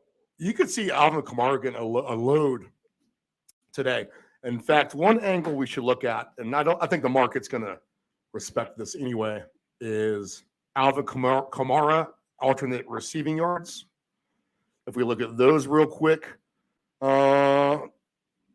know what? Decent payouts. 50 plus yards for Alvin Kamara is plus 230. 60 plus yards is plus 360. Basically, you're asking him to break a Andy Dalton screen against the Bengals one time. And I think that's quite capable of doing that. And to get 70 plus yards is plus 580. All the way up to 80 plus yards is plus 880. Could I talk you into any of that? How far up the ladder would you go up with that, Anthony? Alvin Kamara, alternate receiving yards. What's your number for him today in your mind? I mean, I could see it playing so many different ways. I mean, he had 91 yards receiving just last week. So I could see, I don't know if I'd push it that high. I mean, it's really difficult to have a repeat performance. At 60 plus yards plus 360, I think you could throw me in on That's that good one. value. I feel like. I think I would stop there because, Kamara was at 91 last week. He obviously didn't play in week 4 against Minnesota, but in week 3, he only had 12 yards receiving. He didn't play against Tampa week 2. And then against Atlanta week 1, he only got 3 catches for 7 yards. So do I expect 91 yards on 3 receptions? No, but I could see him squeaking across that 60-yard threshold. 2 touchdown scores today. We talked about Jamar Chase is 6-1, Mixon is 6-1, Kamara 7.5-1. Olave is actually listed on my board right now, although he could be scratched. 13-1. Taysom Hill 2 touchdowns, 15-1. If you like Taysom Hill for the hat trick, which he got last week, right? 150-1 for 3 touchdowns for Taysom Hill. Wow. Wow. That's worth $1. I mean, You can bet I $1 might- on these kind of things, people. That's Yeah, like your I small might- dollar lottery ticket. Yep. That's worth a shot, man. You're going to win 3 touchdown Taysom Hill at 150 to 1 No kidding. before you're going to win 150 bucks on that blackjack scratcher. I'll tell you that. if you're listening to this show and you're wondering, oh, I know I should bet Taysom Hill, but I know he's going to let me down, just to feel better about yourself, put $1 on Hill to either get 2 or 3 touchdowns. Just throw it away. Be happy. If it happens, you're happy you did it. If it doesn't happen, you bet $1. Deal with it. Okay. All right. So Bengals Saints 1:00 in the Caesars Superdome. Do they still call it the Superdome after Caesars, Anthony? It's the Caesars Superdome, right? It is the Caesars Superdome. Okay, I do know this one. MetLife Stadium, the Meadowlands, the Giants and the Ravens. Boys, quite frankly, this is a game I want nothing to do with. I've been avoiding the Ravens like the plague for the most part. I've been avoiding the Giants like the plague for the most part, probably wrongfully so. The Giants have been a good pick generally overall. The Ravens, if there is a schizophrenic team in the NFL right now, the Ravens could be the most. To be honest, I have no idea what they're coming out as from week to week. I'm going to just stay away from this one completely. Dave, I'll start with you first. Do you right. see anything here? So what jumps out at me almost immediately, like you said, it's hard to gauge, what Ravens team you're going to get. But look at what the Giants are doing. It's they go and take this one. It's not a fluke anymore. They're on to something there in New York. So right now I have the Giants at plus 205 on the money line. So just straight up to me is pretty interesting. Can they, they're playing good football. So I think that could be a sneaky pick there just because, like I said, what Ravens team are we going to get? So I don't know that I'm going to do anything with it. I'm going to think about it for a little bit. But the Giants money line to me is what I would play there. And if you want to get a little frisky in the Giants at minus 5.5, they're plus 350. So that just means they can win in overtime. If you think it's going to be a close game and they can win within a score, then maybe minus 5.5 at plus 350 is something you want to do. Dave, that's his division. He has faith in them. Anthony, what do you got here? Injuries? What's your fantasy outlook for this game? Well, they ruled out Rashad Bateman, no Gus Bus Edwards, no Justice Hill. What it looks like for the Giants, however, it looks like everyone is still out. No Kadarius Toney, no Kenny Golladay. Wan'Dale Robinson is expected to play, barring any pregame warm-up setback. So the Giants are going to do exactly what they did against Green Bay. Daniel Jones is going to do whatever he can, rush around, move around, and when they get into the goal line, it looks like they've been incorporating Saquon Barkley in the Wildcat role. Saquon is minus 125 for anytime touchdown scorer. And you're right. He is actually Saquon is having a very nice season. We talked about Kirk in his season doing well off of injury. How about Saquon Barkley? 2 touchdowns for him today is plus 500. If you're going to get me on an angle of anything for this game, I think you could talk me into that for sure. Mark Andrews is plus 600, 2 touchdowns. Dobbins is plus 700. Lamar Jackson is plus 950. I don't know. Do you like Barkley for 2, Ant? I hope so, because he's on my fantasy team. Okay. I sure, because all Barkley owners last Sunday had the biggest scare of their lives when he went down, and we all thought the worst. Because he went down, he was holding that shoulder, he went straight to that locker room, and I actually got up, started pacing around. Although I was rooting for Green Bay, don't get me wrong, but I was still ticked off that Barkley was out because, sometimes fantasy kind of overrules your mindset. And I'm making my pot of coffee, and all of a sudden I hear, in a crazy turn of events, Saquon has returned to the game. And I literally almost dropped my coffee, and I'm like, you got to be kidding me. So Barkley is having one of them seasons. Let's hope that he stays healthy. I could see him getting in the end zone twice. Like I said, when he scored that touchdown against Green Bay to win the game last week, he was in the Wildcat. This wasn't an I-form single back formation. This was in the straight Wildcat. So when they get within that 5-yard line, Barkley might be the quarterback. Okay. So rushing yard props for Barkley, 70+ yards is minus 140. You need to get all the way up to over 100 yards for plus 260. 110+ yards is 370. And 125 rushing yards is plus 630. I think I would lean on the 2 touchdowns just for every reason you said alone over the rushing yards Right. for sure. I know he's going to get some rushing yards, but I don't really like those odds. What about some Daniel Jones rushing yards? Let's see what you got. What do you have? Do you see a line for that? So right now I have 35.5 at minus 120. Just for Daniel Jones to scramble and get 35.5 rushing yards? Yeah. Interesting. What do you think about that, Anthony? Well, he got 37 last week. He got 68 the week before. He got 79 the week before, and then he was in the 20s to start the year off. Now, it looks like he's a little bit healthier. He's over that injury he had earlier in the year. What do you got? What was it again? 35? 35.5. What? 35.5 or minus 120. I can get behind that. I really could.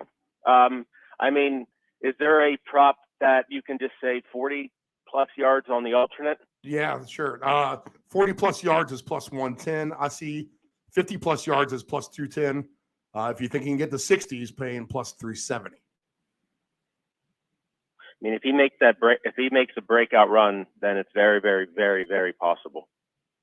See, I have 50 plus for 175. Yeah. Plus 175. Okay. All right. So where you're getting a worse number than me on 50, interesting. Yep. So different books, different lines, both what directions in this regard. So plus 50 yards is plus 210 for me, and only plus 175 for Nick Right. Dave. So more lessons to be learned there, people. Okay. Let's get to our next game as we approach the end of our show here. A few more games to talk about. The last of the 1 o'clocks. Buccaneers and Steelers. I have been the biggest Steeler enthusiast, non-Steeler fan, Steeler enthusiast all season. I've done nothing but be nice to them when I'm usually mean. I do nothing but bet on their players. I do nothing but bet on them on alt lines. They have what I think is offensive talents, but they don't. They're having well, they aren't. So the Steelers have been my worst call of the year so far. Well, them in Carolina, I was going to have some faith in Carolina to sneak up and win that division on a Saints fade, a Falcons fade, but they are just so bad themselves. We'll get to them in a minute. Right. But in the meantime, the Steelers are my biggest letdown. The Buccaneers, I always like to bet on Brady. I look for Brady angles to win.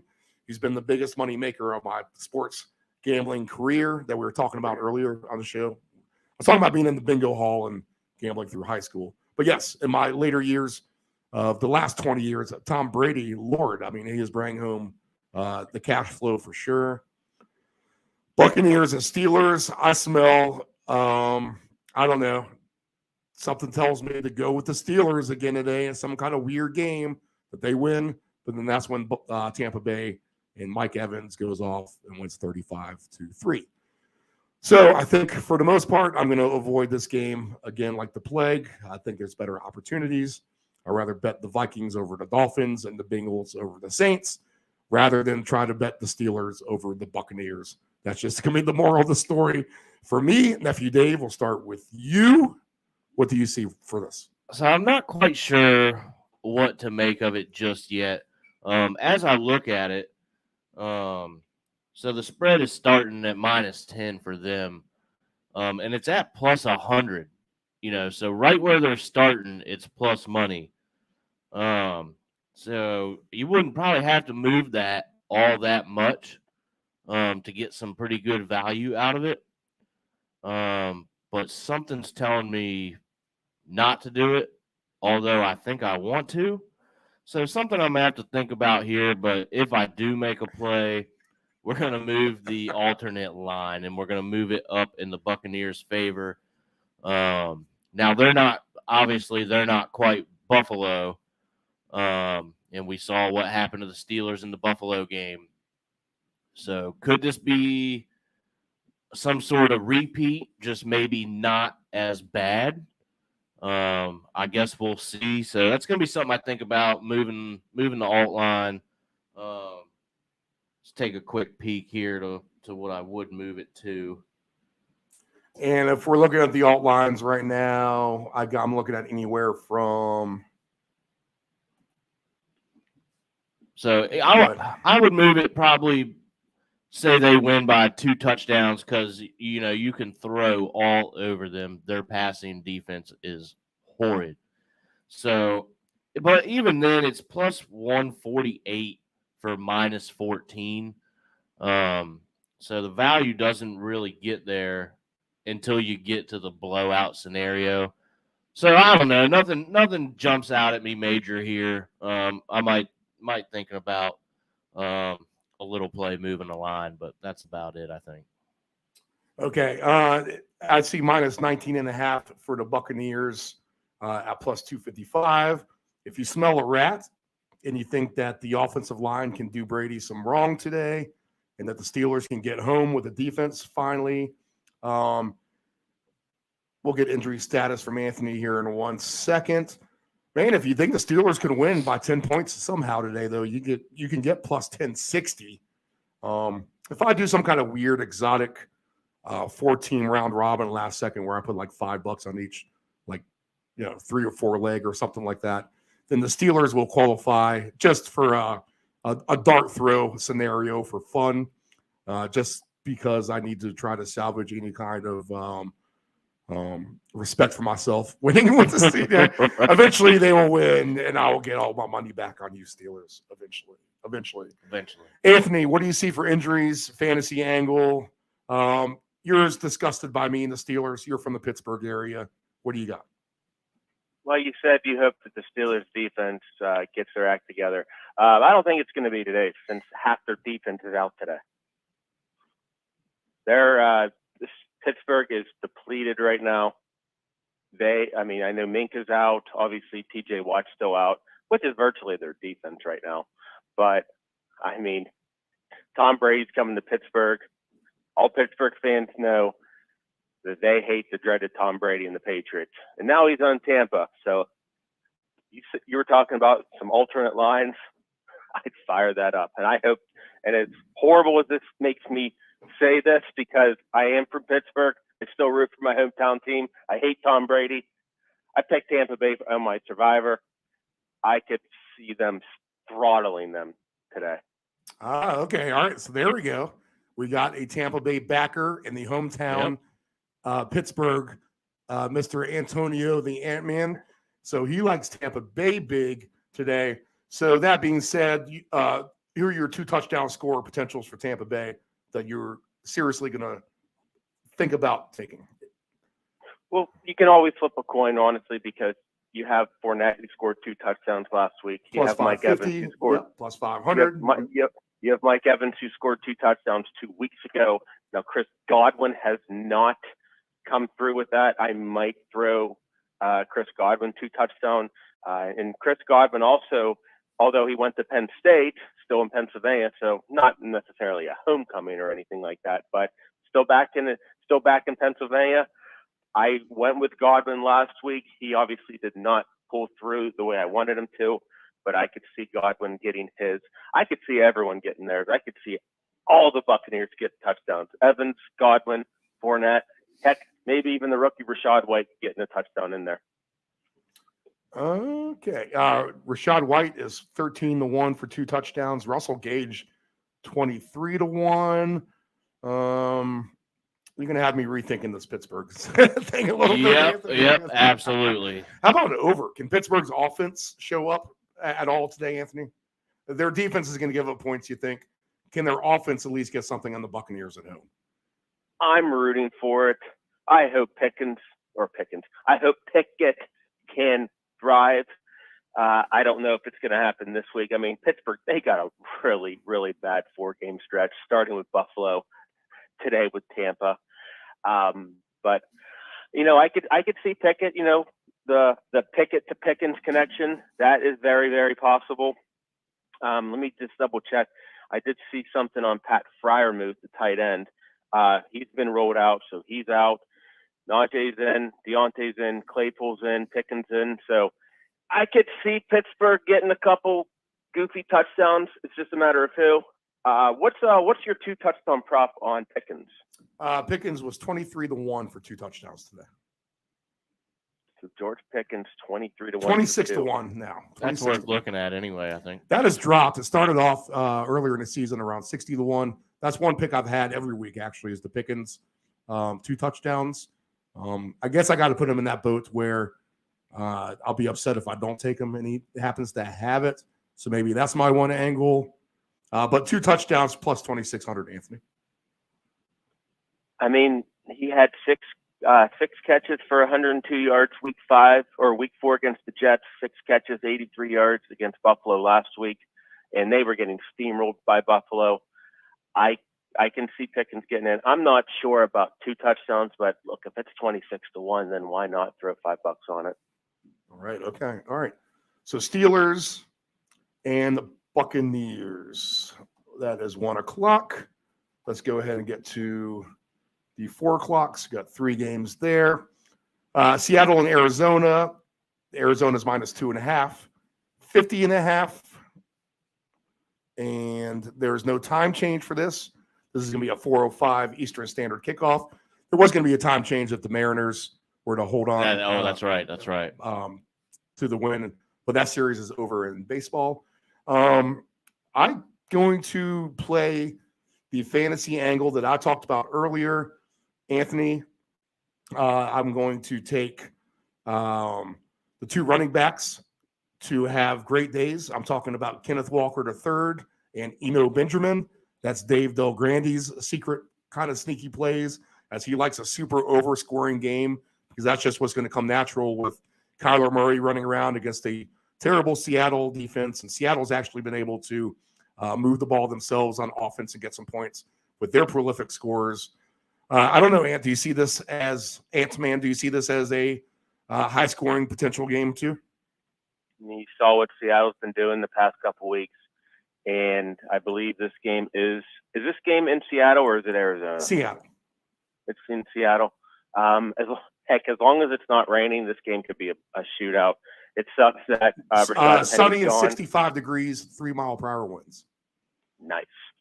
So it sucks that Rashad Penny's done. It sucks that no Connor, no Darrell Williams. So they will be relying on Eno Benjamin from Arizona's side and Kenneth Walker, the rookie, on the Seattle side. But you got to look at all of the receivers. Lockett and Metcalf have just been on an absolute tear. And Geno Smith, who knew? Geno Smith, 2022 tour is starting off fantastic. I mean, Kyler is still Kyler, and it sucked that he played against Philly, but that Philly defense has been better than normal. I could see this Arizona team and Seattle team in an absolute track meet. Yeah, and I'm going to take the over props on that. So, Anthony, you can see the over here. What do you have for injuries? Anything else we should be looking at injury-wise? Let's not stick. Not really. Okay. Nah, nothing too crazy. Let me just double check. Just the running back. I mean, it's the running backs. We already talked about that earlier in the show. It's it's the running back. Connor, Hollywood Brown. Penny out. Yeah. Connor, Penny, and Darrell Williams both out. As far as the receivers, Hollywood's playing. Rondell Moore's good to go. AJ Green is still somehow alive. Greg Dortch for Arizona. So I mean, I could see a lot of this. I mean, what's Kyler Murray's touchdown prop just for him? Anytime touchdown score of Kyler Murray today is plus 140. That would be a nice one to take. And 9-1 if you want him for 2 touchdowns. Okay. Man, I got the brain ticking on a lot of these Right, right. I got the brain ticking on a lot of these today. Don't bet what you don't have. If you Dave. Know your gambling limits. Know your gambling limits. Okay, Dave, what do you like? I think I'm gonna look at the over here. I was gonna get your take on that, Steve, because I don't know where I want to put it yet. Do you think we see 60 points? I'm gonna play the over. I just don't know where I want to put it just yet. I see this game every bit 30-27. Right. So I would be comfortable over 55.5 or 56. That's what I was looking at, maybe or something like that. Although that being said, they could get more. I just don't trust the Cardinals' offense. Is it crazy to say that I trust the Seattle offense more than I trust the Not at all. I Cardinals couldn't offense? agree more with you. And that's going to be Just plus 180 on over 55.5. yeah. That's going to be the thing, Steve. Are the Cardinals going to help us there? Because we're going to need. We feel like Seattle is going to get theirs to get us close. Can the Cardinals help us out? It could be 41-30. Give us 20. Give us 21 points, Arizona. We need 21 from you today, and I think we got it. And, well, both of these teams are capable of turning the ball over in the red zone as well, so let's keep in mind on that. I'm going to stick with the running back props. I already mentioned that in the show, but if you do the 2 running backs, parlay to a Tevin Coleman, parlay to our next game, which is the Rams and the Carolina Panthers. Let me get my little graphic up here. Boop. There we go. Panthers at Rams. Darrell Henderson, I think, can easily get 2 touchdowns today because there is no Cam Akers as the line sits right now. So that would be my 4-game parlay to 2 running back yardage. Darrell Henderson and Tevin Coleman. Hopefully Tevin Coleman can open the door for the 4 o'clock Right. free roll, we'll say. So this game is point spread currently. Let's see if this has moved off of 10 yet this morning. It still sets at -10. Actually, the juice is coming back towards Carolina. A little bit of buyback you see on Carolina right now as they are -114 and just -106 for the Rams. 41.5 is the total. I see no reason in the world, except for the fact that the Rams have been about as trustable as the Cardinals in any kind of aspect of their football team, special teams, offense, or defense, for that matter. I feel like they're mirror teams, except the Rams do have the win over them. Complete get-right spot at home for the Rams, hosting a Carolina team who Anthony's going to like their quarterback sneakily a little bit. We'll see what he says. I have a sneaky suspicion he does anyway. Quarterback Walker for the Panthers. So -10 for the Rams, 41.5. It's going to be super blowout for me or nothing. But I think I like the Darrell Henderson. Best bet on the board for me at plus 550 for 2 touchdowns, if that's what he indeed still is. Darrell Henderson is plus 500 for 2 touchdowns. That has dropped a little bit, as has Christian McCaffrey. His has dropped from plus 750 to plus 700. Anthony, your opinions on the quarterback Walker for the Panthers, and what do you see in this game? Philip P.J. Walker, the XFL stud that finally moved up to the NFL and is now the starting quarterback for the Carolina Panthers. What a world we live in. Baker Mayfield is not playing. Sam Darnold's still on the IR. I hope Carolina wins. Let's put it that way. The Rams have been hurting. Cam Akers may not play another snap for this team. There's trade rumors all across the board. And I just saw a little trinket about McCaffrey is now in the trade discussions. There's been rumblings going on around with everything, but McCaffrey, let's put it this way. Carolina is listening for trade talks for Christian McCaffrey. I don't know if it's going to get done or not because there's some contract issues, but right now Cam Akers, he may not play again for the Rams, and I really don't think it's going to happen. So I do like the Darrell Henderson tidbit. Cooper Kupp and Tyler Higbee have been questionable. Kupp had a little issue throughout the week, but they should be good to go. But I'm looking at this Carolina team. I don't know who's going to score because I am also an owner of DJ Moore, Robbie Anderson, and Christian McCaffrey on 3 separate teams. So I don't know which one I'm supposed to start. By the way, start McCaffrey no matter what. But I'm hoping that PJ Walker can pull this thing off. I really am. If that's the thing, if the Rams are a team that can blow this kind of scenario where they should have an easy walkover win, Right. then it's the Rams. Let's be honest. The champions have not looked into form yet this season. Nephew Dave, what do you got on this? So I took under 35 even. That sounds. Can I talk you into a low-scoring game here, Anthony? Just for all the reasons we talked about. Let's put it this way: when I bet unders, I try not to watch the game. Right. I'll tell you this: I'm not going to watch the game. Well, I had that at plus 220 as well, so I like the value on that. Unfortunately, Anthony, since there aren't 4 games on, we'll be forced to at least have this on one of the TVs. But yeah, maybe nap time galore for that. Plus 340, under 32.5. If you think the Rams can win 24-0, plus 1,100 on under 24.5. If you want to get crazy, Nephew Dave, under 34.5, plus 240.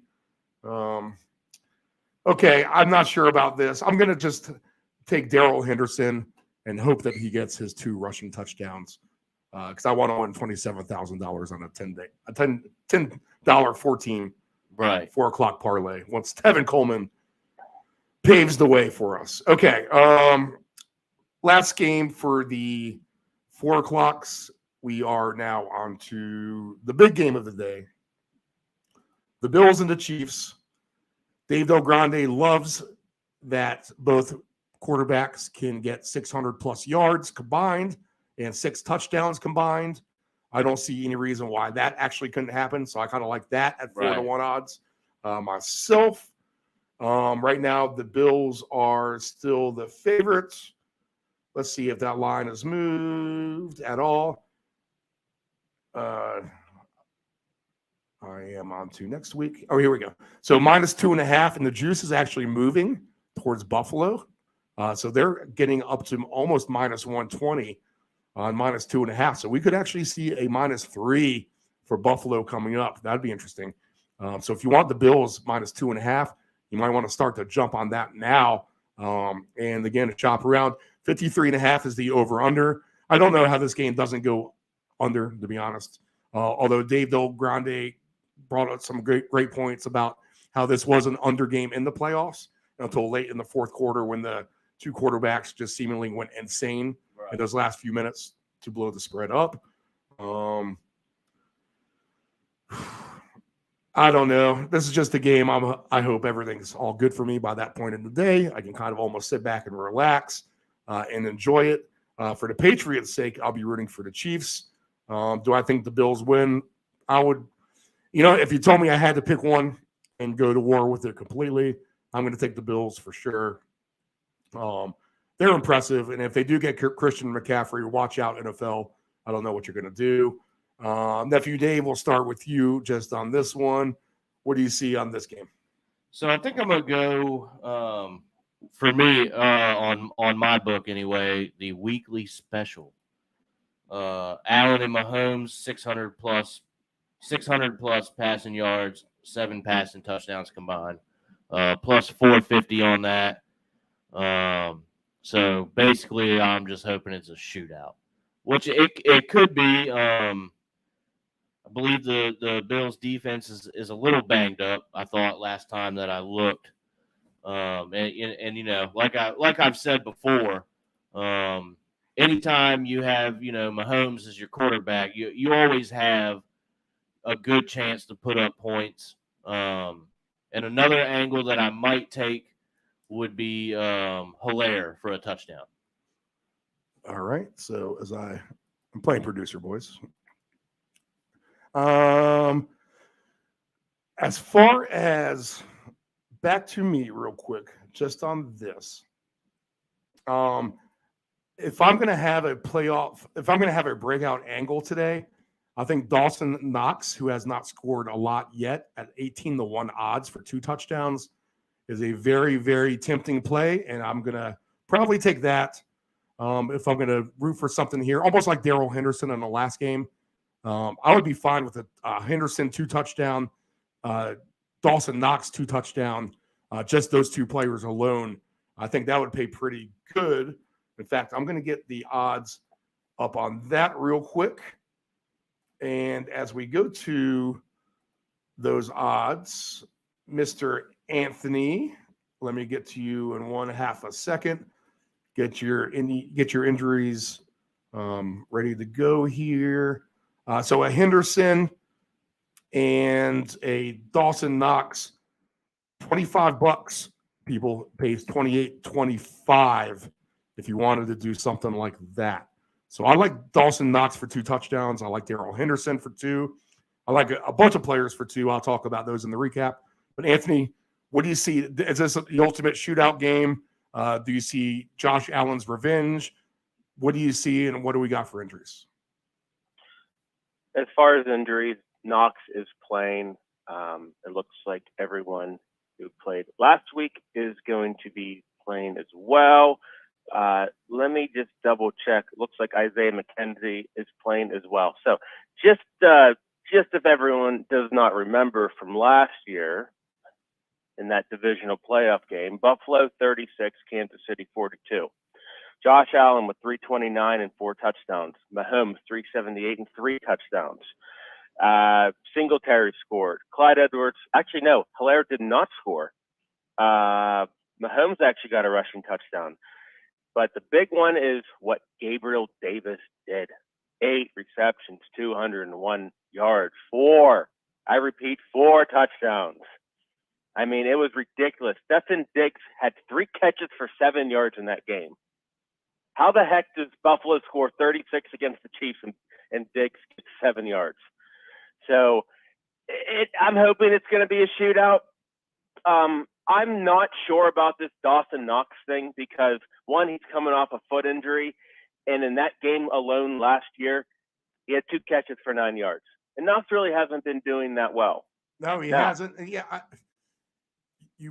that's the thing. Go ahead. I want him to break out, but just like you said, he's almost like a Najee Harris. Good luck maybe getting him to break out. Well, I understand where your mind is, because when is the best time to get the player to break out? Before he breaks out. Because if you pick him next week and he breaks out this week, his odds aren't going to be that good. That's the best time to get him. Yeah, you're priced in right now. Usually Dawson Knox is going to be a little bit lower as well. So 18-1 is a good number. Well, there's going to be a lot of touchdowns, and they're going to come through the air. Someone's going to have to catch them. But Gabriel Davis, you talked about him, 8-1 odds for him to have 2 touchdowns, 50-1 for Davis to have 3 touchdowns today. Edwards-Helaire is plus 950 for 2 touchdowns. Anytime scores, which if you're going to do an anytime scorer parlay across the board, I just don't think you can go wrong in any case. I think, most people are going to at least get 1, plus 150 for Edwards-Helaire, plus 240 for Knox if you want to take him for the 1. That'd be nice for just anytime, 1 player all across the board. Maybe that's the right angle too, Anthony. Maybe you talked me into that. Instead, Schuster is plus 200. Scantling is plus 250. Kelsey's minus 120. Kelsey with 4 touchdowns last week. He is only 25-1 for 3 touchdowns this week. I think I'd hold off on the 3 touchdowns. I mean, yeah, I'm not. Look, right. Yeah. Kelsey got 4 touchdowns, but he also had, I think, 25 yards receiving. If I'm going to throw any random darts, I might be going back to the Gabe Davis train. But if you're a little hesitant on the Dawson Knox, guess what I'm doing with Dawson Knox? He's going to be my first touchdown scorer. Ooh, Sneaky. That's why we do the show, people. Dawson I'm Knox had the shifting first to Dawson touchdown Knox. score. 15-1 today, so good payoff on Knox for the first touchdown. Now, building a same game parlay, you know what? Actually, this has same game parlay kind of written all over it, just Right, for everything that right. we're talking about. And Dave Del Grande has talked about as well. Depending what part of the country you're from, it's either Del Grande or Del Grande. I'm calling him the Del Grande, and it's Del not Grande. forever, but it is Dave. It is Dave. I Del was Grande. wondering why you were saying it like that. I thought a couple weeks ago you were saying it. Oh, the you know, other I way. said it the other way back in the day, and he never corrected me. But you know, that's our accents and our dialect. But Dave Del Grande, he loves the 6 touchdowns, and both the quarterbacks get 300 plus. I could see that for sure. How could you see that, Anthony? Oh, 100%. Right. They had 7 touchdowns last year. Okay. So this is a fun game. We'll have fun with this one. Right. And Mahomes also rushed for a touchdown in that game. People. No, I know. Go ahead. Now, nephew Dave, that player prop or that special, is it passing touchdowns or just touchdowns in general? It's passing touchdowns, yeah. Okay. I mean, look, Would be honestly, nice if it was some rushings added in there, but nah, it's only passings. for a game like this, if you're hoping that it's going to be what it was last year, I'm hoping for it. You're hoping for it, Steve. I know everyone's hoping for it. I throw a couple little different ones. Maybe Gabe for 2, Knox for 1, Juju for 1, and then put another one in. Clyde for 1.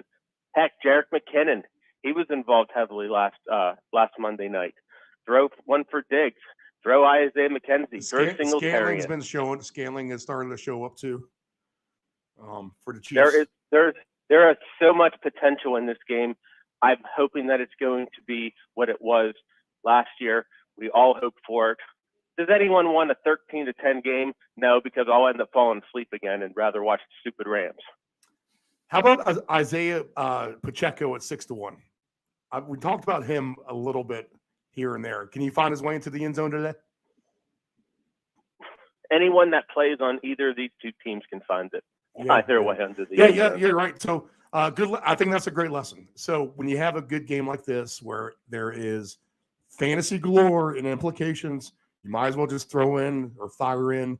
If you're going to be wagering on it, might as well just do multiple same game parlays.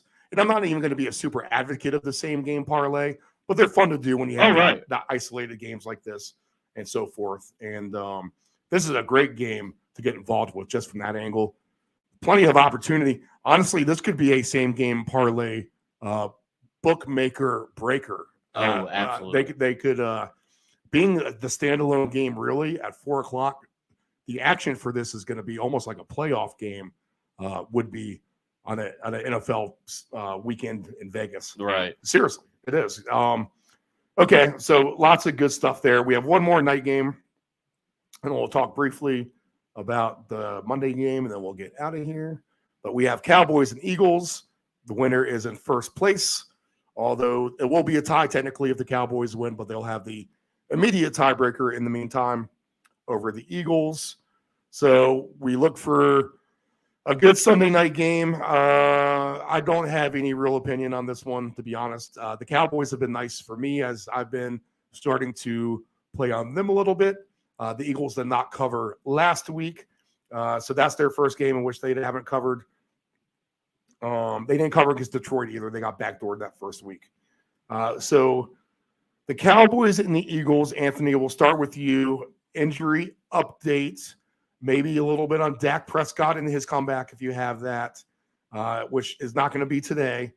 When we might see him, but then what other fantasy angles, if any, are you looking at for this game? Well, a lot of people might be looking at CeeDee Lamb. He's going to play tonight. He's A-okay. There is no injuries on this game whatsoever. As far as Dak, he's not playing tonight. Yeah, we knew that. But when do you see him back? When do you see him back? Frankly, whenever Cooper Rush doesn't do good. Yeah. He's what, 4-0 ever since Dak got hurt? The Cowboys find themselves in the boat that the Patriots. The Cowboys are more in this boat, but if Bailey Zappi plays today and wins, then that's going to be the same boat When's the starting quarterback going to come back? And he may not. He may not. I know, They might ride with Rush. Okay, so what do you see fantasy angle in this? Do you have anything you like here? But anything that sticks out? This Dallas backfield is just a mess.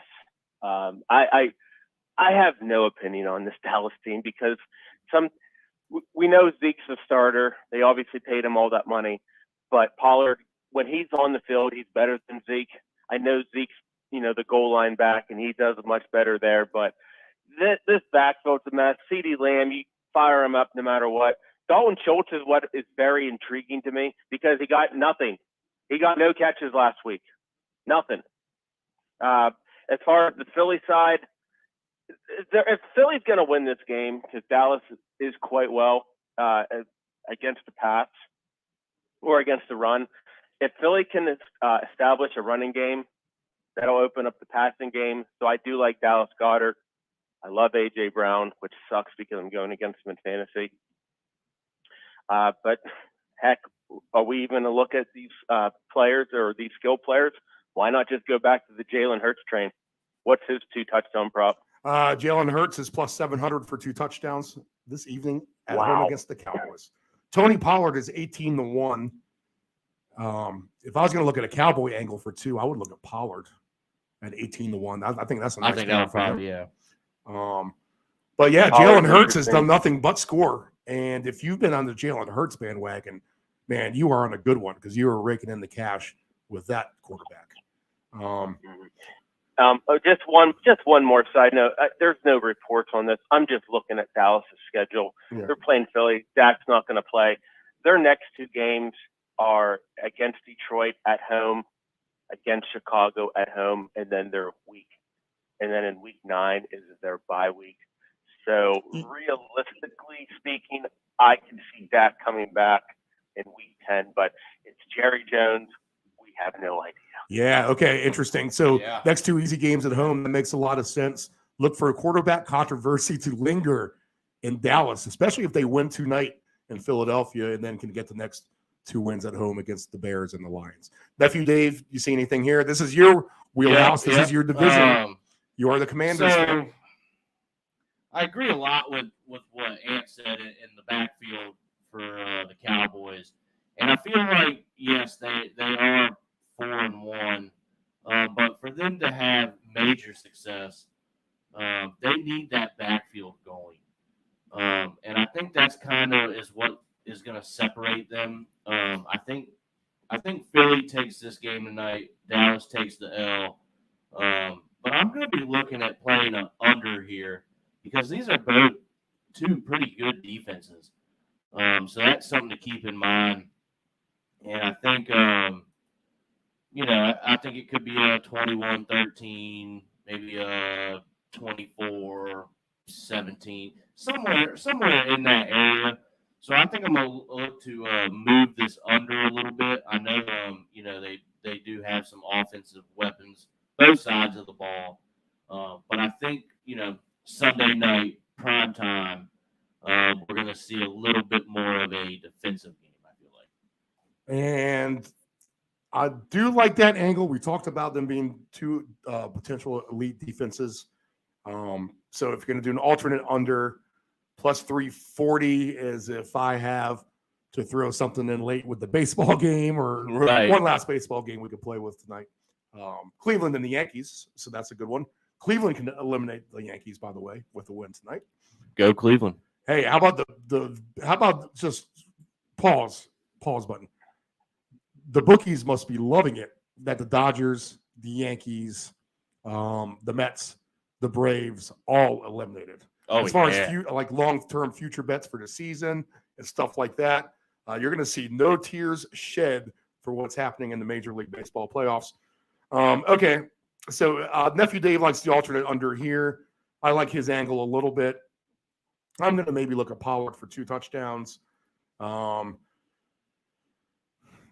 likes Jalen Hurts for 2 touchdowns. Real quick, boys. Let's get to our last Monday. It's the Monday night game. Quick thoughts. Russell Wilson, very questionable. Anthony, you have the latest on him at all? Yeah, he stinks. Yeah, you know what? I should have teed that one up for you better, Ants Man, because I know your hatred for Russell Wilson. If I was thinking properly, as we're getting a little tired here late in the show, it's time to get off the air. I did not set that one up for you very well. Next time I get to Russell Wilson next week, I promise you I'll put it up on a golden platter to where you can destroy him a lot better than just the "he stinks" comment, which you're gonna be no fan of him. Chargers are -7.5 right now. Actually, that's next week against Seattle. Chargers are -4.5. Over under is 45.5.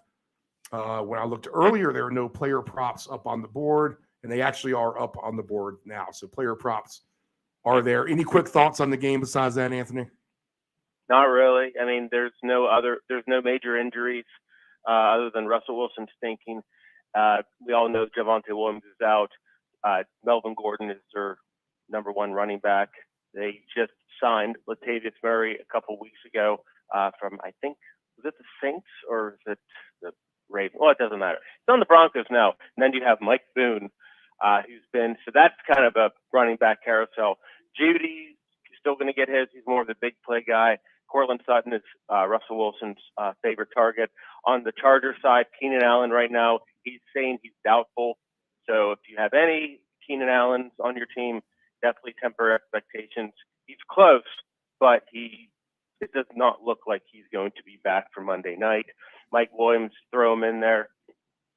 Joshua Palmer, he kind of stunk last week, but actually let me double check. Let's see, week 5, 3 catches, 24 yards. So he hasn't really been filling the Keenan Allen void. It's really been the Mike Williams show. But Gerald Everett is the only one that intrigues me.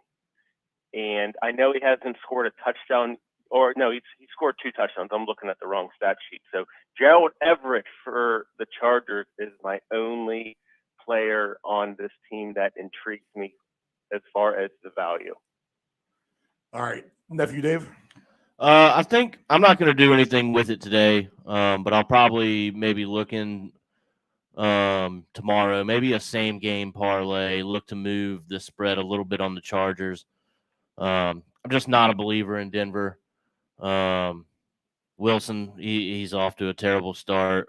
Probably his lowest QB career he's on track for, I believe. Just not a believer in Denver. So Monday night, I might look to pick on them a little bit. In a same game parlay manner, moving the spread and maybe a couple other things, but I think that's the Chargers game. So I'll go with that. We'll explore that. Like I said, that's a tomorrow thing. That's not a today thing for me. But if you're asking me, probably look to move that line for the Chargers just a little bit anyway. Maybe to like 10 points, get some. Or maybe even 14, try and get some good value, some good plus money out of it, and hopefully it goes. I will say this. After I listen to What the Puck is Going On tomorrow night at 6 o'clock Eastern Standard Time with nephew Dave, I will have plenty of dancing partners to stretch the Los Angeles Chargers line with in an alternate 3-game parlay for sure. We're going to do some reverse puck lines. I think that's it, Dave. If I'm going to do any kind of random NHL with you, I'm just going to look for the reverse puck line and throw those in as dancing partners. We'll find them. Don't worry, we'll find them. We'll find them. Okay, let's get to best bets. Then we're going to go ahead and get on out of here. Dave, we'll start with you. You've been taking great notes all day with your stylist, your new setup over there. I'm excited. Dave was very excited as we upgrade the studios completely around here, and everything is getting better. All right. Nephew Dave, let her rip. What do you got? All right, so my top bet today, obviously got a couple of them out there. The one I'm really hoping for, my 2 under 35, so that's under 35 Niners Falcons, under 35 Panthers Rams, and then I went with you, Uncle Steve. I did it. Patriots -2.5 alternate spread. That's the one I'm high on today because couple other picks. I've got Jamar Chase to score a touchdown. I did end up taking the Buccaneers just because it was plus money with a -10. Probably could have moved that more. Didn't really want to. Just wanted to get some value and some filler like I always do. Yeah, and then that's the big one. I've got also one Travis Kelce paired with a Cleveland Guardians elimination win tonight. Oh, nice, Get them Yankees out of here. Hit the road. See you, boys. Time to pack it up. Let's go, Indians. Or Guardians. Sorry, that was very that was uncorrect of me. I apologize. That was perfect, to be honest. Anthony, what are your best bets that you're probably looking at this afternoon? Well, look, they're the Indians, just like they're still the Redskins. Thank you. Thank you. Yeah, no problemo. I'm gonna be firing a few little trinkets up, but if I'm gonna go for the big ones, I got 4 players that I want to get 2 touchdowns. I'm hopeful that they'll get 2 touchdowns. You've already hit on it. I'm going with the Chase, the Jefferson, the Kirk, and the Davis. Jamar Chase, Justin Jefferson, Christian Kirk, and Gabriel Davis. Okay, let's plug in the odds for that real quick, because that's going to be interesting for me. Actually, the people can do that at home. We can do that ourselves. So real quick, Gabriel Davis, Justin Jefferson, Christian Kirk, and who was the last one? I'm actually sorry, I wasn't listening. I'm actually putting it in myself. Jamar Chase, Jefferson, Kirk, and Davis. Okay, yeah, that's nice. That's not all right. So Kirk is going to be your one that is going to be the oddball that he's going to pay good if this one hits 2 touchdowns. That's going to be a nice payout there, Mr. Ant.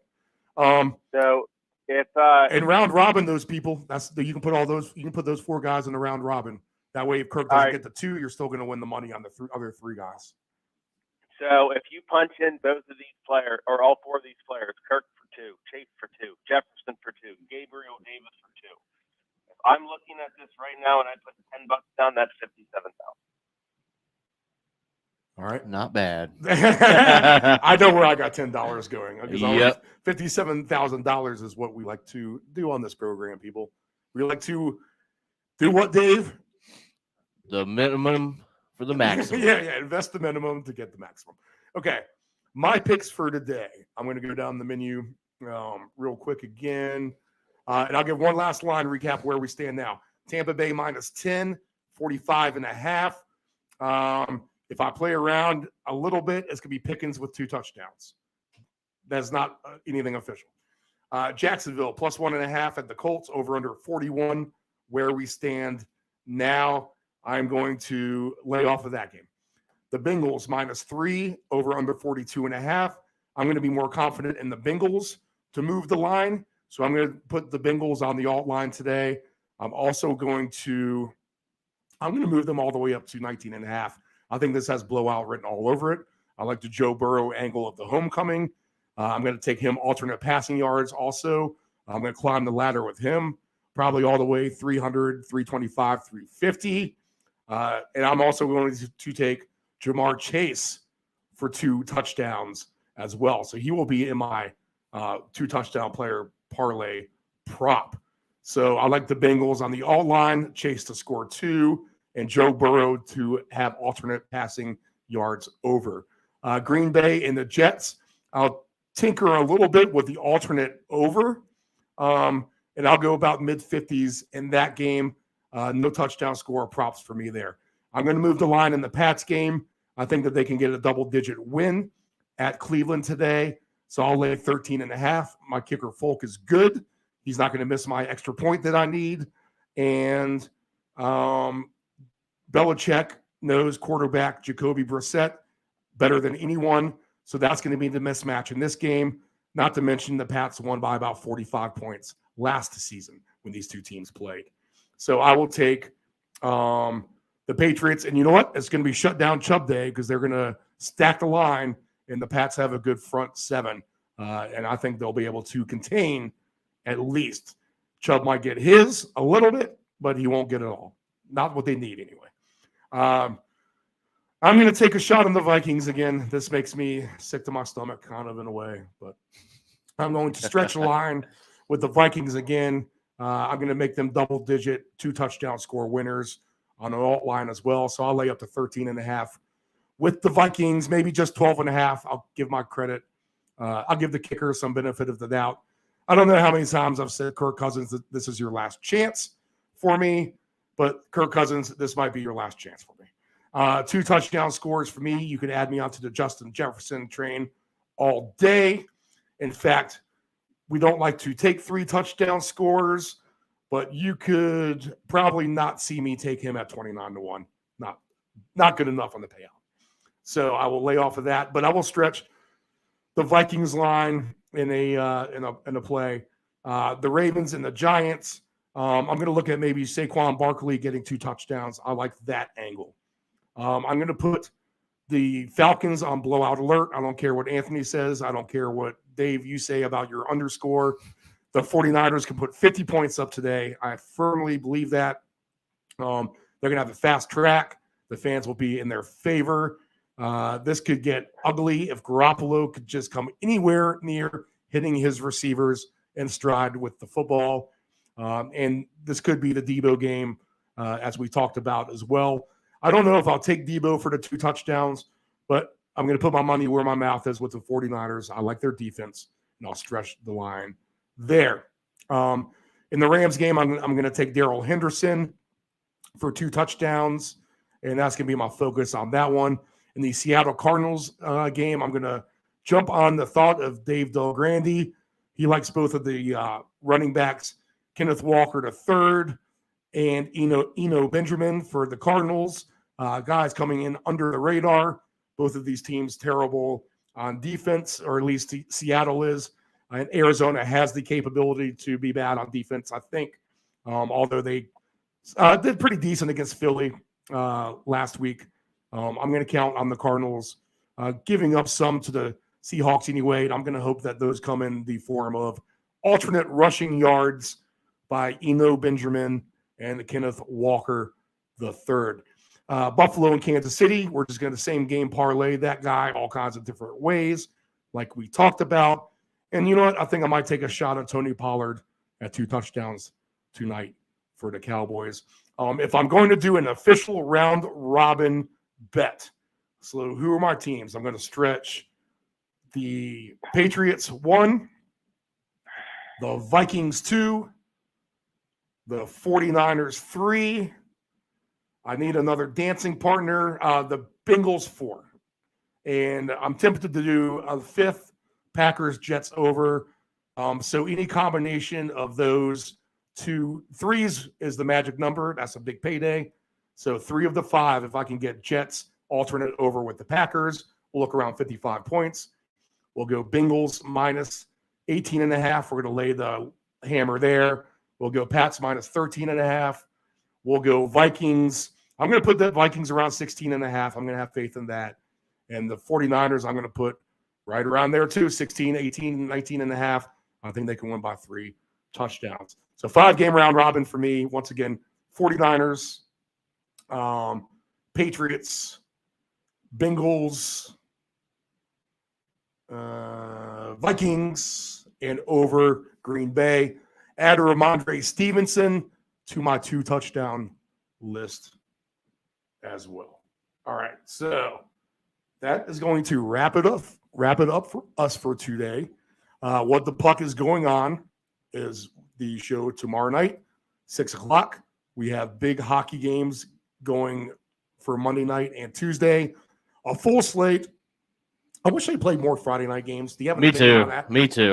Why do they only play I don't 4 know. Friday? Okay. Because Saturdays are usually a big day. You know, they got, 10 plus games going on or whatever. So, Yeah. So lots of hockey to come. The Friday soccer paycheck will be on Friday. I'm going to have to look at my bets coming up. It doesn't look like my goal scorers were going in. Chelsea was looking good when I saw them here a few minutes ago. Arsenal was under a delay. We actually had a soccer delay because of a VAR technical issue. So a game started 30 minutes late because they couldn't get the instant replay to work correctly. wow. I saw that they were under a delay. I'm like, well, did it play? It was like 1 minute in. So I'm like, I don't know why, but there seem to be a lot of stoppages in soccer games for fans issues. There just have been in the last couple of years. So I thought we were going to have something with that, but I guess not. All right. So What the Puck is going on tomorrow at 6 o'clock. I'm just trying to waste time for the music plays. Right. And then the Friday Soccer Paycheck next Friday, 4 p.m. Of course, we'll be back live 6 o'clock next Sunday morning. We say we get off at 9, but here we are at 10. Always going over. Dave Del Grande talks a lot. I talk a lot. Ant talks a lot. You talk a lot. So that's what we get. But we got a deep dive, and we came up with a lot of good stuff. All right, guys. Good luck. All right. Go win Good some luck, money out there. everybody. Minimum investment for maximum profit.